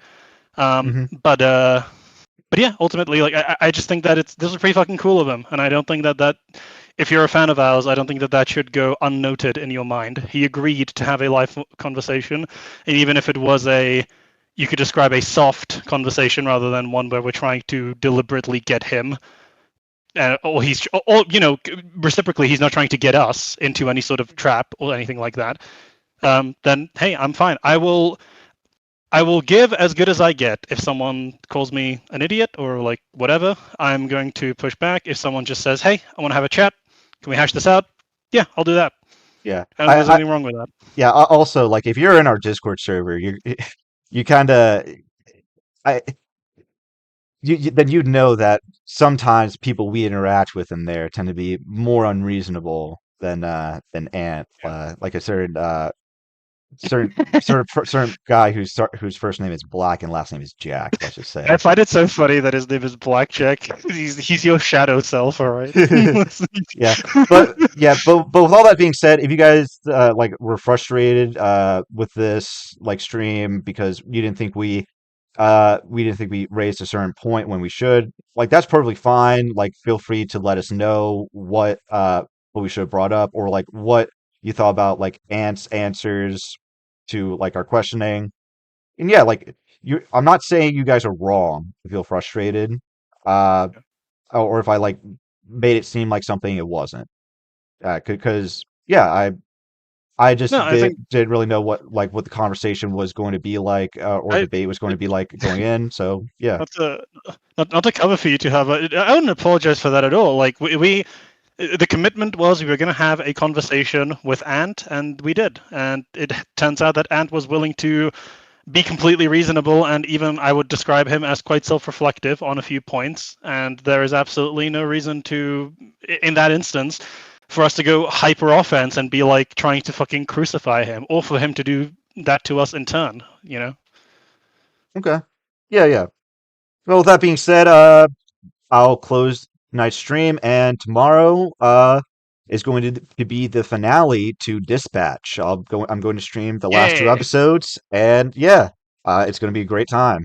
So yeah, if you guys enjoy the stream, please give it a like, share it, subscribe if you want to. But yeah, Mm-hmm. have a good one.